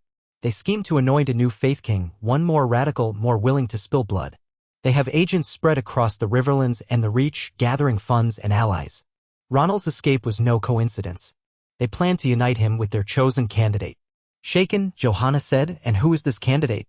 Eleanor's lips tightened. "A Tarley. My brother Samwell. At least in name." "Samwell Tarley?" The queen knew the name. He had once served with the Night's Watch, then had journeyed across the sea, if rumors were true. Some believed he had become a maester, or was it a claim that he consorted with witches and warlocks? The stories were inconsistent. But why him? Because he has a reputation for knowledge of the Seven and for forging links at the Citadel. There are those who see him as a man both learned and devout. But they also think he's pliable. He never wanted power. That might make him the perfect puppet for zealots who do. Johanna's heart thundered in her chest. Another Tarley, rumored to be wise in the ways of the faith, forcibly pulled into a conspiracy to dethrone her. It felt like the realm was caught in a repeating nightmare. "You claim to know this plot firsthand?" Eleanor nodded. "I was approached by their agents. They thought me a bitter exile who might help lure Samwell back to Westeros. But I have no love for fanatics. My father disowned me for refusing to wed his chosen suitor, a man I despised, so I fled. I've seen too much blood spilled by men cloaking themselves in piety." Ser Damon frowned. "Why not go to your brother? Warn him directly." A flicker of pain crossed Eleanor's eyes. "I don't even know where Samwell is. He was last rumored to be in Old Town or perhaps beyond. The conspirators aren't certain, but they're determined to find him. They have watchers at every port, every road leading into Old Town. If they seize him first, they'll proclaim him the new Faith King, with Septon Ronald crowning him." Johanna's mouth went dry. The idea that the faith might resurrect its cause around another symbol, especially one with ties to the Tarleys and rumored scholarly credentials, was alarming. "If they enthrone him, the small folk might rally once more," she said softly, remembering how quickly the dream of a righteous king had spread under Marston. Eleanor took a step forward, ignoring the guard's uneasy shifts. "I want you to stop this. Or at least, keep Samwell safe from them. He's no warrior, no conqueror. He never sought a crown. If these zealots twist his arm, they'll do with him whatever they did with Marston, only worse. They want a puppet, a figurehead, and then they'll wage holy war without restraint." Johanna's mind raced. Another rebel king, forcibly crowned or enthroned by fanatics, could plunge the realm into chaos again. If Samwell Tarley genuinely wanted no part of it, she might have a chance to nip the conspiracy in the bud. But to do so, she needed more information, names, places, proof. "How do I know you speak truth?" Eleanor squared her shoulders, meeting Johanna's eyes with a steady gaze. "Take me into your service if you must, keep me under guard. I'll tell you all I know. I'll guide you to the conspirators' meeting places in the Reach. You can see for yourself." Ser Damon studied her carefully. He was wary, but he also sensed her sincerity. Johanna's eyes flicked to the horizon. "Very well," she said at length, her voice low. "I will grant you safe conduct and the chance to prove your loyalty." If you speak truly, you might have a place in this court or at least your life spared from charges of treason or deception." Eleanor bowed, relief slipping across her features. "Thank you, Your Grace." Johanna gestured to her guards. "Escort her to the caravan. Ensure she's well guarded but not harmed. Give her a tent, let her bathe and eat. I want her watched at all times." As the guards led Eleanor away, the Queen and Ser Damon exchanged a weighted look. With Ronald missing and rumors of a new Faith King swirling, they stood on the brink of another storm. The Queen's earlier sense of foreboding deepened. There would be no simple victory, no easy path to stable rule. The Faith's dream still haunted the realm, and now it had a new potential figurehead. The caravan eventually resumed its journey, though the Queen's mood was darker. At each stop in a new village, she sent out discreet scouts to gather local gossip about strange newcomers asking after a man named Samwell Tarly. True to Eleanor's warning, they found evidence that men, likely Faith loyalists, were indeed scouring inns and septs with quiet inquiries. Even the presence of the Queen's party did not deter them. They moved like shadows, paying with coin or with whispered promises of blessings to those who might help them. From behind closed doors, local septons offered vague answers, sometimes frightened, sometimes complicit. By the time Johanna's procession reached the outskirts of Old Town, the grand city rose before them like a monument to centuries of learning and faith. The high tower dominated the skyline, a towering structure of pale stone that caught the morning sun, while the citadel's spires hinted at a labyrinth of knowledge. Johanna felt a swirl of conflicting emotions. Old Town had once been a bastion of the faith, the site of the starry September, a spiritual center for Westeros. What better place for a renewed conspiracy? They made camp outside the city walls, and Johanna sent a herald to Lord Manfred Hightower, announcing her arrival. The next day, a column of Hightower men rode out to greet her, banners of the blazing lighthouse rippling in the wind. At their head was a tall man with thinning hair and a stern face, Manfred's cousin and presumed heir, Ser Brindon Hightower. He offered a courteous bow, though Johanna detected reserve in his manner. "Welcome, Your Grace. Lord Manfred is ill, but he awaits you in his chambers. We have prepared the river gate wing of the Hightower for your retinue." So the Queen and her escort passed through Old Town's gates. The streets were wide and orderly, lined with buildings that spoke of quiet wealth. Citizens paused to watch the royal party, some with open curiosity, others with whispered commentary about the war with Marston. Johanna, sitting atop a white palfrey, let her gaze roam over the crowd. She saw no sign of immediate threat, yet that only heightened her suspicion. If conspirators were here, they would hide, waiting for the right moment. Within the fortress walls of the high tower, Johanna was shown to a suite of rooms high above the harbor. When she stood on the balcony, she could see ships from many nations anchored below, and beyond them, the glittering sea. The breeze carried the sound of gulls and the distant clamor of dockworkers. A memory flickered across her mind, Marston's claim that the realm needed the guidance of the gods. She told herself that she did not regret her choices. She had defended the monarchy. Yet the outcome still weighed on her, as heavy as the stone tower that loomed around her. That evening, she met with Ser Brindon and a select group of Hightower retainers in a grand hall, its high windows filled with tinted glass that cast colorful shapes on the floor. Lord Manfred was too frail to attend, they said, but he had entrusted his cousin with full authority. The meal was sumptuous enough, though overshadowed by tension. Over roast duck and spiced wine, they spoke of trade, taxes, and the usual topics of high politics. Not once did the name Marston Hightower pass their lips. The Queen noted that omission. When the meal ended, Ser Brindon stood. "Your Grace, if you will indulge us, we have prepared a small performance by local musicians in the lower hall. You must be weary from travel." The Queen forced a gracious smile. "I appreciate your hospitality. However, I would speak with Lord Manfred if his health permits. I came here to ensure the ties between the Crown and the Hightowers remain strong." A flicker of annoyance passed over Ser Brindon's features. "Of course, Your Grace. If you truly insist, I can lead you to him. But be warned, his condition is dire. He may not be able to converse for long." Minutes later, Johanna was walking down a torchlit corridor behind Ser Brindon. Two Hightower guards trailed them, and she noticed their hands on their sword hilts. At last, they reached a door flanked by more guards. Ser Brindon knocked gently and then led her inside a small, dimly lit chamber. The air smelled of medicinal herbs and stale perfume. Upon a massive bed lay Lord Manfred Hightower, his face gaunt, breath coming in shallow rasps. A single maester stood by the bedside, stirring a clay bowl of some foul-smelling concoction. Manfred's eyes flicked open with difficulty. He stared at the Queen for a moment, his gaze clouded by pain, then he let out a weak sigh. "Your Grace, you have come." She approached the bedside, noticing how the once imposing lord had wasted away. "I wish to see you, Lord Manfred, to thank you for your courtesy and to assure you that the Faith's rising is ended." He gave a faint snort that turned into a cough. "Ended, or postponed," he rasped. "Do not be naive. The Faith has strong roots here. Marston was only the beginning." Johanna's hand tensed at her side. She kept her tone calm. "The crown respects the Faith, but it cannot allow it to usurp the throne. You understand that?" Manfred's breath rattled in his chest. The maester tried to feed him a spoonful of the potion, but he waved it away. "I understood once, but my kin have grown restless. They see your rule as an affront to the gods. They believe the Seven call them to finish what Marston began." The queen cast a quick glance at Ser Brindon, who stood stiffly by the door. "Do you speak of your cousin's line, or the general sentiment in Old Town?" Manfred's gaze momentarily sharpened. "Brindon is pragmatic. He'll serve whomever wins. It's the younger ones. They talk in corridors. They hold secret vigils in the starry September. They crave a new champion, a new king of the Faith." Johanna stepped closer, lowering her voice. "And what of you, my lord?" A bitter smile tugged at his lips. "Me? I lie here dying, powerless to shape the outcome. Perhaps that is my penance for not supporting Marston more openly." He let out a series of labored coughs, flecks of spittle staining his lips.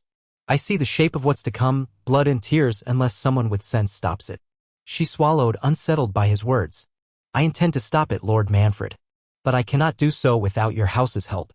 His eyes slid shut as though he were fighting to stay conscious. "Brindon will talk with you. Make deals. But watch him. The Faith moves in ways not even the Hightowers can fully control anymore." He coughed again, voice fading to a whisper. "My time is short. I pray you find a better way than steel." Those last words hung in the air, and a moment later he slipped into a rasping sleep, leaving the queen to stare at his haggard face in the flicker of candlelight. The maester gently ushered her away, indicating the lord needed rest. Johanna left the chamber with a heaviness deep in her bones. Lord Manfred had spoken bleak truths. The Faith might be unstoppable if they found a new figurehead. Even the Hightowers, once the Faith's primary patrons, seemed unable to tame them. Ser Brindon escorted her back through the corridor in uneasy silence. She cast him sidelong looks, wondering just how far his pragmatism extended. By the time they reached the main hall, she was resolved to meet Eleanor Tarley that very night to glean more details of the conspiracy. The hour was late, but sleep was a far-off prospect. In a small, windowless chamber that her guards had claimed for interrogation purposes, Johanna found Eleanor sitting at a rough-hewn table, a single lantern casting a dull glow over her features.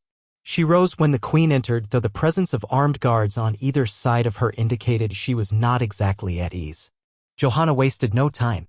She told Eleanor of Lord Manfred's words and the swirling rumors that the Faith might gather around Samwell Tarley. "Tell me precisely what you know of their plans," she demanded, voice quiet but tense. Eleanor rested her hands on the table. "They have a core of devout knights, some from minor noble houses that have long chafed under crown taxes. They also have a few maesters sympathetic to them. Yes, you heard correctly.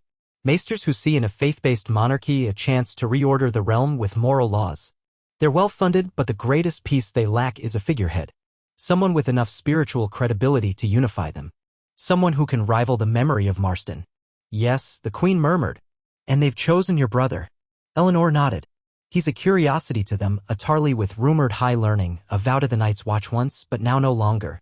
They believe the small folk will see him as devout, a man beyond typical ambition. If the conspirators can coerce him, or even fool him into believing he's serving the realm, he could become the face of a new faith monarchy." Johanna exhaled slowly. "Then we must find him first. Urgently. If we can secure his loyalty, or at least ensure he never takes a crown, this new rebellion may be thwarted." Eleanor ventured a hesitant question. "And if my brother refuses you? If he insists on leading them? He has a kind heart, but who knows how they might manipulate him." The queen pursed her lips. "Then we will do what we must to preserve the peace of the realm. I pray it doesn't come to that." She turned to her guards. "See that Lady Eleanor is given a comfortable bed tonight. Tomorrow we strategize. We'll question the maesters at the Citadel, search for any rumor of Samwell Tarley's presence. And we'll keep an eye on the starry September. If conspirators are meeting, that's likely a focal point." Thus began a tense game of cat and mouse in the sprawling city of Old Town, where the queen's men combed the docks, the inns, the Citadel halls. Eleanor Tarley accompanied them, pointing out faces she recognized. Some were indeed zealots who had approached her, but by the time the guards tried to apprehend them, they fled into the labyrinthine streets or vanished into quiet alleyways. Each day, Ser Damon reported back with updates that were partial at best. They found hidden rooms stocked with scrolls praising Marston, star-shaped amulets, and coded letters referencing the return of the crown. But no sign of Septon Ronald, no sign of Samwell Tarly. The net tightened, but the conspirators always seemed to step ahead. Meanwhile, Johanna paid a public visit to the Citadel, meeting with the Archmasters in the Scribe's Hearth. She couched her intentions diplomatically, praising their pursuit of knowledge and asking for any news of travelers who might be of interest. The Archmasters, robed in chain collars of many metals, offered polite evasions. They swore they had no knowledge of Samwell Tarly's presence, at least not recently. The Queen sensed a subtle tension, as if some among them wished to divulge more while others carefully guarded their secrets. She also visited the starry September, accompanied by a retinue of knights. The High Septon stationed there bowed deeply, showing her the ancient mosaics and altars. Yet she detected an undercurrent of unease. The sept was mostly empty at that hour, and the Queen's footsteps echoed across polished marble floors. She paused before a statue of the warrior, recalling the chants of the faith militant in King's Landing. The memory made her shiver despite the warmth of the day. After nearly a fortnight of the search, tensions in Old Town soared. Whispers circulated that the Queen was hunting devout worshippers, that she aimed to snuff out any memory of Marston. Some of the small folk rallied around local septons, demanding that the monarchy cease its meddling. Fearing open riots, Johanna pulled her men back to the High Tower, venturing out in smaller groups for intelligence. Still, the conspirators remained elusive. Then, on a day that dawned unnaturally still, a raven arrived with an encrypted message for Ser Damon. He hurried to the Queen's chambers, handing her the parchment. "From Lord Valerian, I presume," he said, glancing at the broken seal. "It's in code." Johanna spread the parchment on a table and beckoned for a clerk to decipher it. Within the hour, she had the meaning of the message and her face went pale. She read it twice, heart-pounding. Valerian writes that Septon Ronald has been sighted in the mountains of the Vale, traveling with a small escort. He claims they're heading south, possibly toward Old Town. But the Vale lords refused to let Valerian's men pass in large numbers, citing neutrality. By the time they brokered passage, Ronald was gone. Ser Damon's expression darkened. So he's on his way here to join with these conspirators. The circle is closing. Johanna's fist clenched. We have little time. If Septon Ronald arrives and finds Samwell Tarly, it's a repeat of King's Landing. A coronation, then a war. We cannot let that happen. She called a council that afternoon, bringing together Ser Brindon, Eleanor Tarly, Ser Damon, and a handful of trusted knights and officials. The discussion centered on a single question: how to flush out the conspirators before Ronald arrived. Some proposed harsh measures, raiding the starry September, arresting suspicious maesters, shutting down the gates. But Johanna worried that would trigger an uprising. Others suggested forging alliances with local lords to impose a curfew. Still, no plan guaranteed success. Eleanor, who had sat quietly, finally spoke. They meet in hidden places. We need a ruse to draw them out. Something so compelling they'll reveal themselves. The Queen studied her. Explain. If Samwell truly is near Old Town, they'll do anything to reach him first. If we can spread rumors that the Queen has captured Samwell, or that Samwell has contacted her to join her cause, we might provoke the conspirators into a rash move. They might attempt to free him or kill him before he can align with you. In that chaos, we could root them out. Ser Brindon shifted uneasily. That's extremely risky. If the rumor spreads among the faithful, the city might riot, believing Samwell in the Queen's clutches. Johanna closed her eyes, envisioning the scenario: chaos in the streets, conspirators emerging to fight or flee. Yet it could work. We have few alternatives, she said slowly. We must flush them into the open. Thus, within the next days, Johanna's men began circulating carefully crafted rumors. Samwell Tarly, the rumored potential Faith King, had secretly arrived at the High Tower seeking the Queen's protection. Some whispered that he and the Queen had come to an accord to reform the faith's privileges peacefully. Others claimed Samwell had renounced his old vows and was now an advisor to Johanna. The conspirators, if they heard these rumors, would be forced to act quickly lest their prized figurehead slip from their grasp. Sure enough, Old Town buzzed with fresh gossip. Commoners argued in taverns and on street corners. Some prayed that Samwell would bring about a gentle resolution, others raged at the idea he might betray the faith's cause. The Queen doubled the guard around the High Tower, setting out night patrols to watch for infiltrators. Secretly, she knew Samwell Tarly was nowhere near her, but she braced for the impending storm the rumor might provoke. And it came. One moonless night, as the city lay in a hush broken only by distant barking dogs, shadows moved along the base of the high tower's walls. Alert guards spotted them, dark-clad figures carrying rope and grappling hooks. Within minutes, alarm bells tolled and the courtyard filled with armed men. Ser Daemon and Eleanor led a patrol that intercepted the intruders. A flurry of steel rang out in the torchlit gloom. Several conspirators died resisting arrest, others were captured. One, wounded in the leg, spat curses at the queen as he was dragged into custody, screaming that Samwell belonged to the faith, that the realm would soon kneel before the rightful king. He named no names, but his outbursts confirmed what Johanna suspected. By dawn, the queen's men had scoured the outer wards. Some had found a hidden cache of weapons and star-embroidered cloaks in a derelict storeroom. Others discovered letters referencing the crowning of the Scholar King. If there was any doubt that a new rebellion was forming, it vanished now. But the conspiracy's leaders remained elusive and Ronald had yet to appear. The captured zealots were thrown into cells, their moans echoing through the tower's bowels. Under interrogation, a few revealed fragments. They had expected Samwell to be inside the high tower. They planned a daring rescue or kidnapping. They had a safe house on the eastern edge of the city. Ser Daemon lost no time dispatching men to raid it, but it was empty by the time they arrived. At least the queen had struck a blow against the conspirators, and for the moment they seemed disorganized. Yet the prospect of a direct confrontation with Ronald and the possible arrival of Samwell Tarly still hung over Old Town like a thundercloud. Johanna weighed whether to remain longer scouring the city or move on to Highgarden to secure House Tyrell's support. Each day she tarried, she risked further unrest. But leaving might allow the conspirators to regroup unchecked. In the end, a surprising letter arrived that pushed her hand. Late one afternoon, a guard brought a sealed scroll to Johanna in her private apartments. The seal was unremarkable, merely plain wax. Inside was a short message written in a neat, measured hand. Your Grace, I have learned of your presence in Old Town and the peril that threatens the realm. I beg you to believe that I never sought a crown. I come in peace to prevent bloodshed. Meet me at twilight in the cloister of the Warrior's Sons, near the starry September. Bring only a small escort. I will explain all. Samwell Tarly. Johanna's pulse quickened. It could be a trap or a genuine attempt at parley. She studied the handwriting. She had never seen Samwell Tarly's hand before, but the script was certainly more refined than that of a common cell's word. She summoned Eleanor Tarly, who read the letter with wide eyes. After a moment, Eleanor whispered it could be him. He was always a man of letters. He hated violence. But it might also be a forgery. Faced with a momentous decision, Johanna folded the parchment. If it's truly Samwell, I must speak with him. If it's a ruse, we'll be prepared. Ser Daemon, I'll take you and 4 of our best knights, no more. Eleanor, you come too. If it's a trap, we fight our way out. But if Samwell Tarly is in Old Town, I must meet him before the faith claims him as their new king. That evening, under a sky streaked with red clouds, the queen and her small band slipped out of the high tower through a lesser-used postern gate.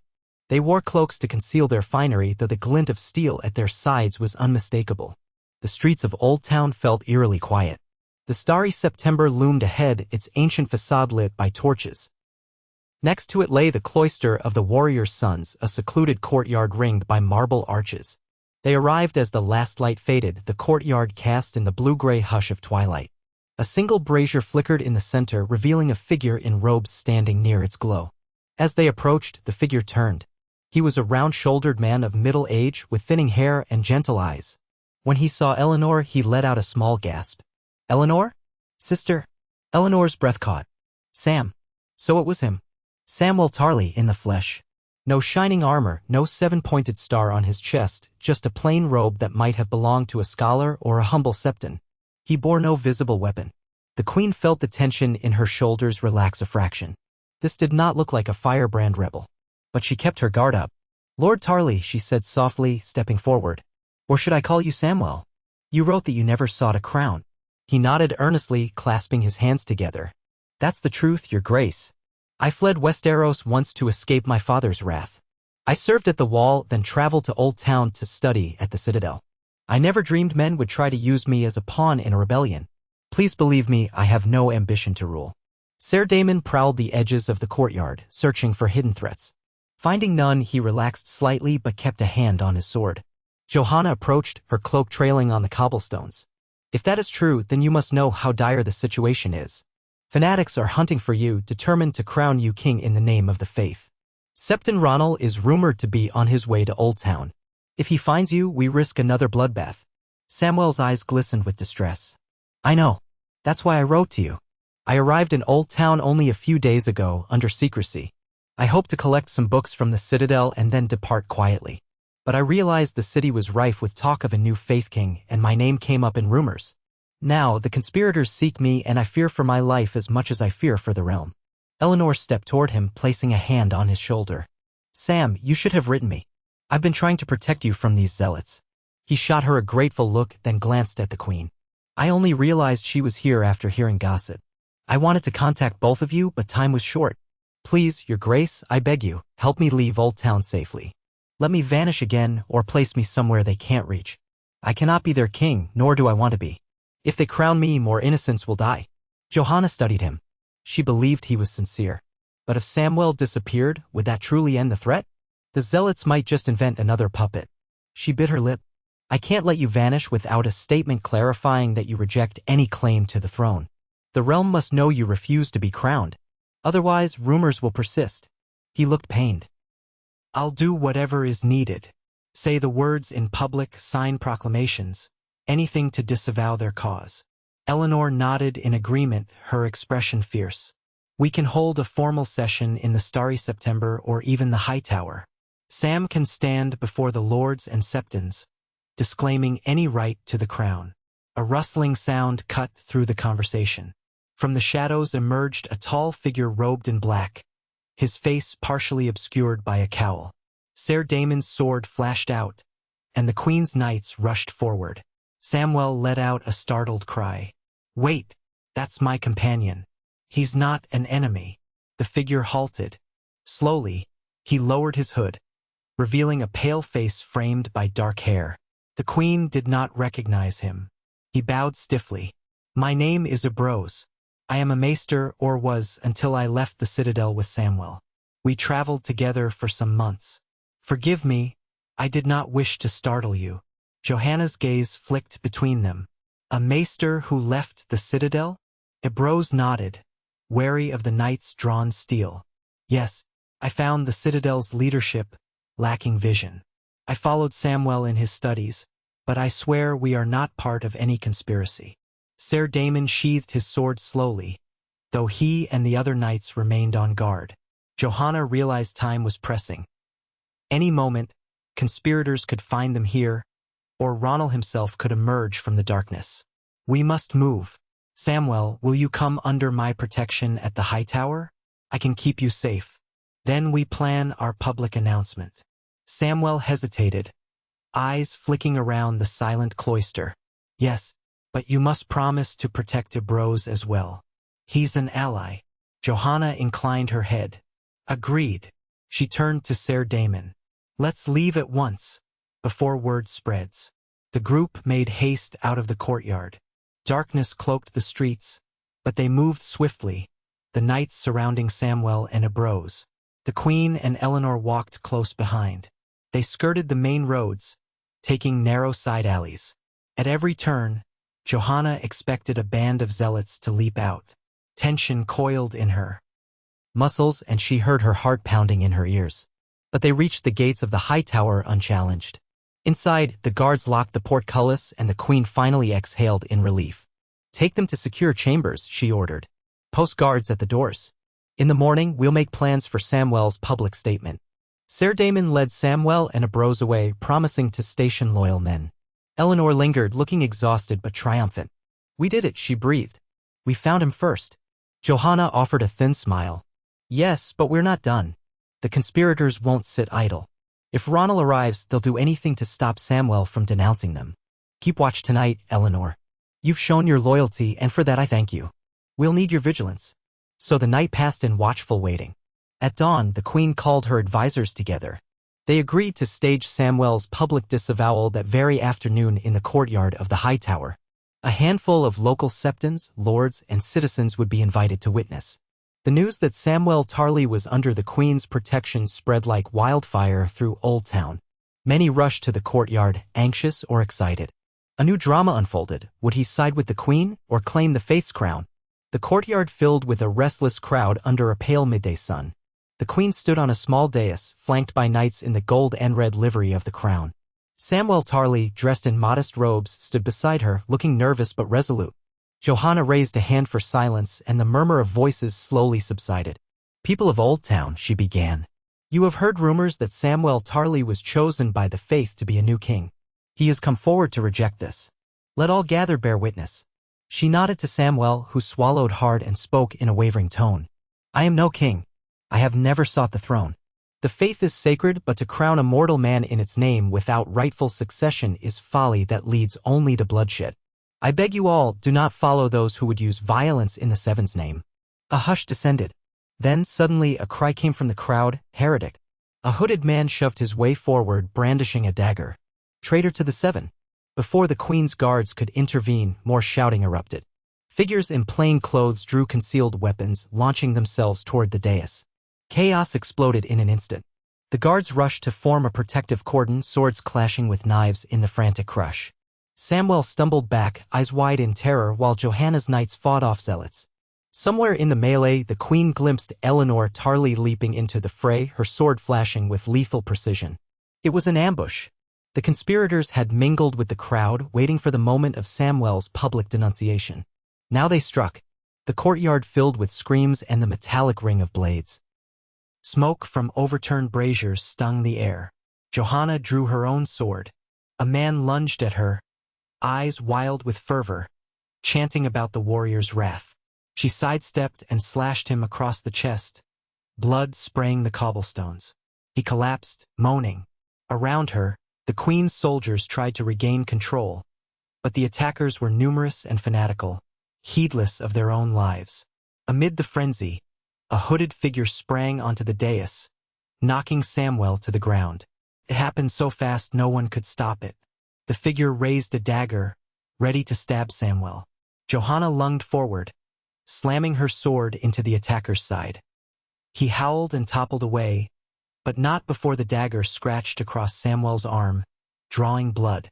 Samwell gasped, clutching the wound. "Protect him!" Johanna shouted, standing over Samwell's prone form. Ser Damon and two knights fought to reach them. The queen risked a quick glance at Samwell's injury. It was bleeding, but not gushing. "Hang on," she told him, her voice tight with urgency. More of the queen's men poured in from side gates, having heard the commotion. The conspirators, seeing they were outnumbered, began to scatter. Some were cut down trying to flee. Others surrendered. A few, more cunning, vanished into the crowd. Within minutes, the courtyard was littered with bodies and groaning wounded. A hush of shock and horror settled over the survivors.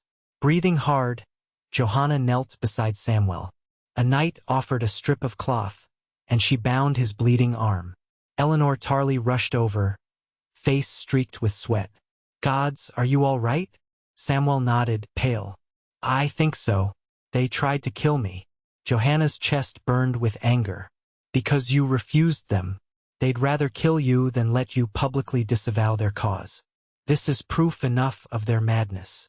She rose, turning to address the battered crowd. "Look upon this savagery. These so-called faithful would kill the very man they claimed to be their king. Let this day show the realm they fight not for the Seven, but for their own fanatic lust for power." A wave of shock and revulsion rippled through the onlookers. Some wept. Others glared at the fallen conspirators. For many, it was a moment of realization. These zealots would slaughter anyone who opposed their twisted vision. The queen's message landed with chilling clarity. In the aftermath, Johanna ordered the conspirators' bodies taken for identification. Prisoners were hauled to the dungeons, and the injured received treatment from citadel maesters. Samwell Tarly, shaken, was escorted to a secure chamber, where a maester stitched his arm. He gazed at the queen with gratitude and lingering terror. "I owe you my life," he whispered. "I see now. These people will stop at nothing." Johanna's eyes flashed with grim determination. "We will root out every last one of them, Samwell. But for now you must recover, and you must stay under my protection." He nodded wearily. I have no desire to roam. Through the day and into the night, the Queen's forces combed Old Town. They turned the city upside down, aided by local lords outraged by the brazen attack. A few more conspirators were ferreted out, but the ringleaders remained missing. Yet the bulk of their support seemed broken. The next morning, a hush lay over Old Town. Few ventured into the streets, and the city guard patrolled in force. That same day, a rider approached from the north bearing an urgent message. Ronald was seen, but not in Old Town. He had been intercepted by loyal Tarly men near Horn Hill, captured without a fight. When questioned, he reportedly said he had business in Old Town. Johanna read the dispatch aloud to her advisors, relief mingling with suspicion. He's in custody at Horn Hill. Eleanor Tarly couldn't hide a smirk. It seems my father's old domain is good for something after all. The Tarly men have saved us from a dire threat. Johanna exhaled, the tightness in her chest loosening. With Ronald captured and Samwell safe, the conspirators were effectively decapitated. She sent riders at once to Horn Hill, commanding they bring Ronald to Old Town to face justice. Her monarchy had survived yet another challenge. The faith's dream of crowning a new king lay in shambles.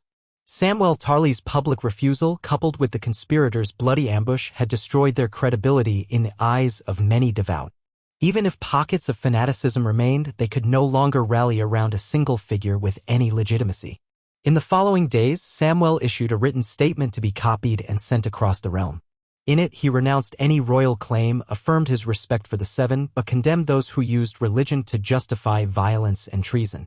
The Queen's scribes appended a note about the attempt on his life, framing the conspirators as enemies not just of the crown but of all good faith. Copies were dispatched by Raven to every major seat in Westeros. Noble houses and septs alike read them, learning that the would-be Scholar King had no desire to wear a crown and had narrowly escaped murder by the very men who once claimed to elevate him. By the time Septon Ronald arrived under heavy guard, the city had largely calmed. He was brought in chains, subdued and gone. Johanna met him in the same interrogation chamber in the High Tower, Ser Damon at her side. Ronald looked her in the eye with a weary resignation.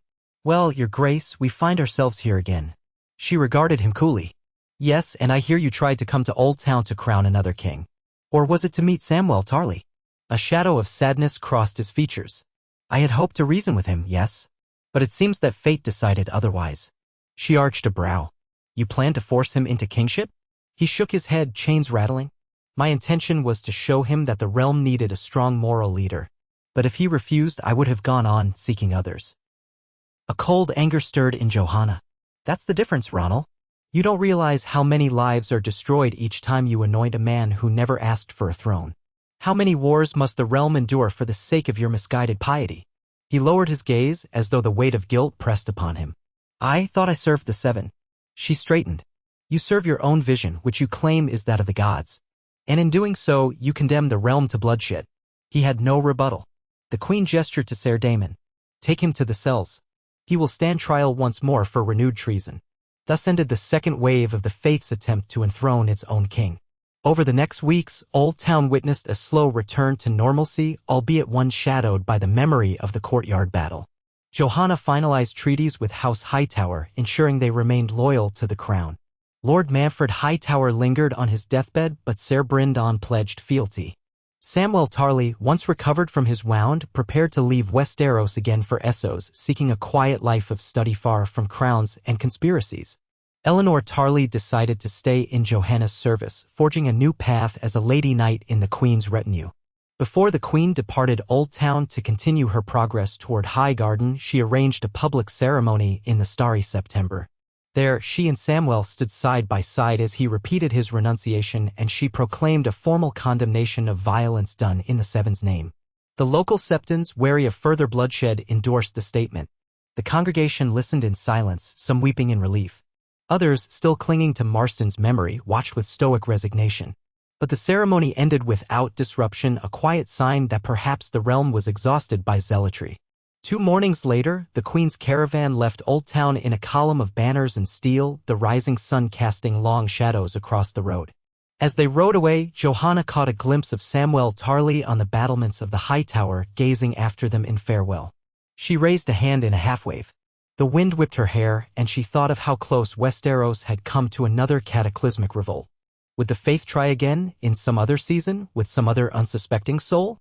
She closed her eyes, recalling the face of King Marston Hightower, the man whose crown of crystals had sparked so much devotion and so much tragedy. In the end, he had died in her courtyard, and his memory had become a rallying cry for zealots across the land. Yet now she carried the knowledge that the faith could be faced down. She had done so not once but twice, forging alliances, making strategic moves, and at times showing mercy where others might have opted for the sword. Perhaps that was the realm's only hope. A measured balance between iron rule and restraint, a willingness to preserve enough space for people's faith without letting it devour the crown. The caravan clattered onward, rolling down the wide road that would eventually bend north toward Highgarden. The green fields of the Reach stretched out before them, a tapestry of farmland and orchards. Johanna felt a weariness in her bones and yet also a resolve as unyielding as steel. She had survived the faith's crowning of one king and a second attempt to raise another. If they dared to try a third, she would be ready. Around her, knights and bannermen rode with upright bearing, proud of their victory in Old Town. Eleanor Tarley rode near the front, chatting with Ser Damon in low tones. The queen watched them, heart-stirred by an odd blend of gratitude and sorrow. So many had died in these conflicts, men and women who believed they served a righteous cause. If the realm was to know peace, it could not be built merely on the ashes of the faith's dream. It had to be built on giving the people something else to believe in, a monarchy that, despite its flaws, cared enough to protect them and offer justice. Only time would tell if her vision could prevail over the seductive promise of a faith-crowned savior. For now, she carried on along the dusty road, the sun's warmth on her back, and the knowledge that, though the immediate crisis had passed, the future of Westeros was far from certain. The seeds of devotion and rebellion might yet lie dormant in unseen corners. But at least, for a little while, the realm could breathe again, its spirit neither fully dominated by the crown nor wholly surrendered to the star. A precarious equilibrium, perhaps the best that could be hoped for in a land forged by steel and faith, riddled with old scars and new dreams. And so they rode, the queen and her retinue, onward into a realm that still belonged to mortals flawed, striving, and ever hopeful that the gods might one day bless them with a king who needed no sword, no cunning, no dark conspiracies to rule justly. But for now, the Iron Throne remained in Johanna's hands, and she intended to keep it come what may.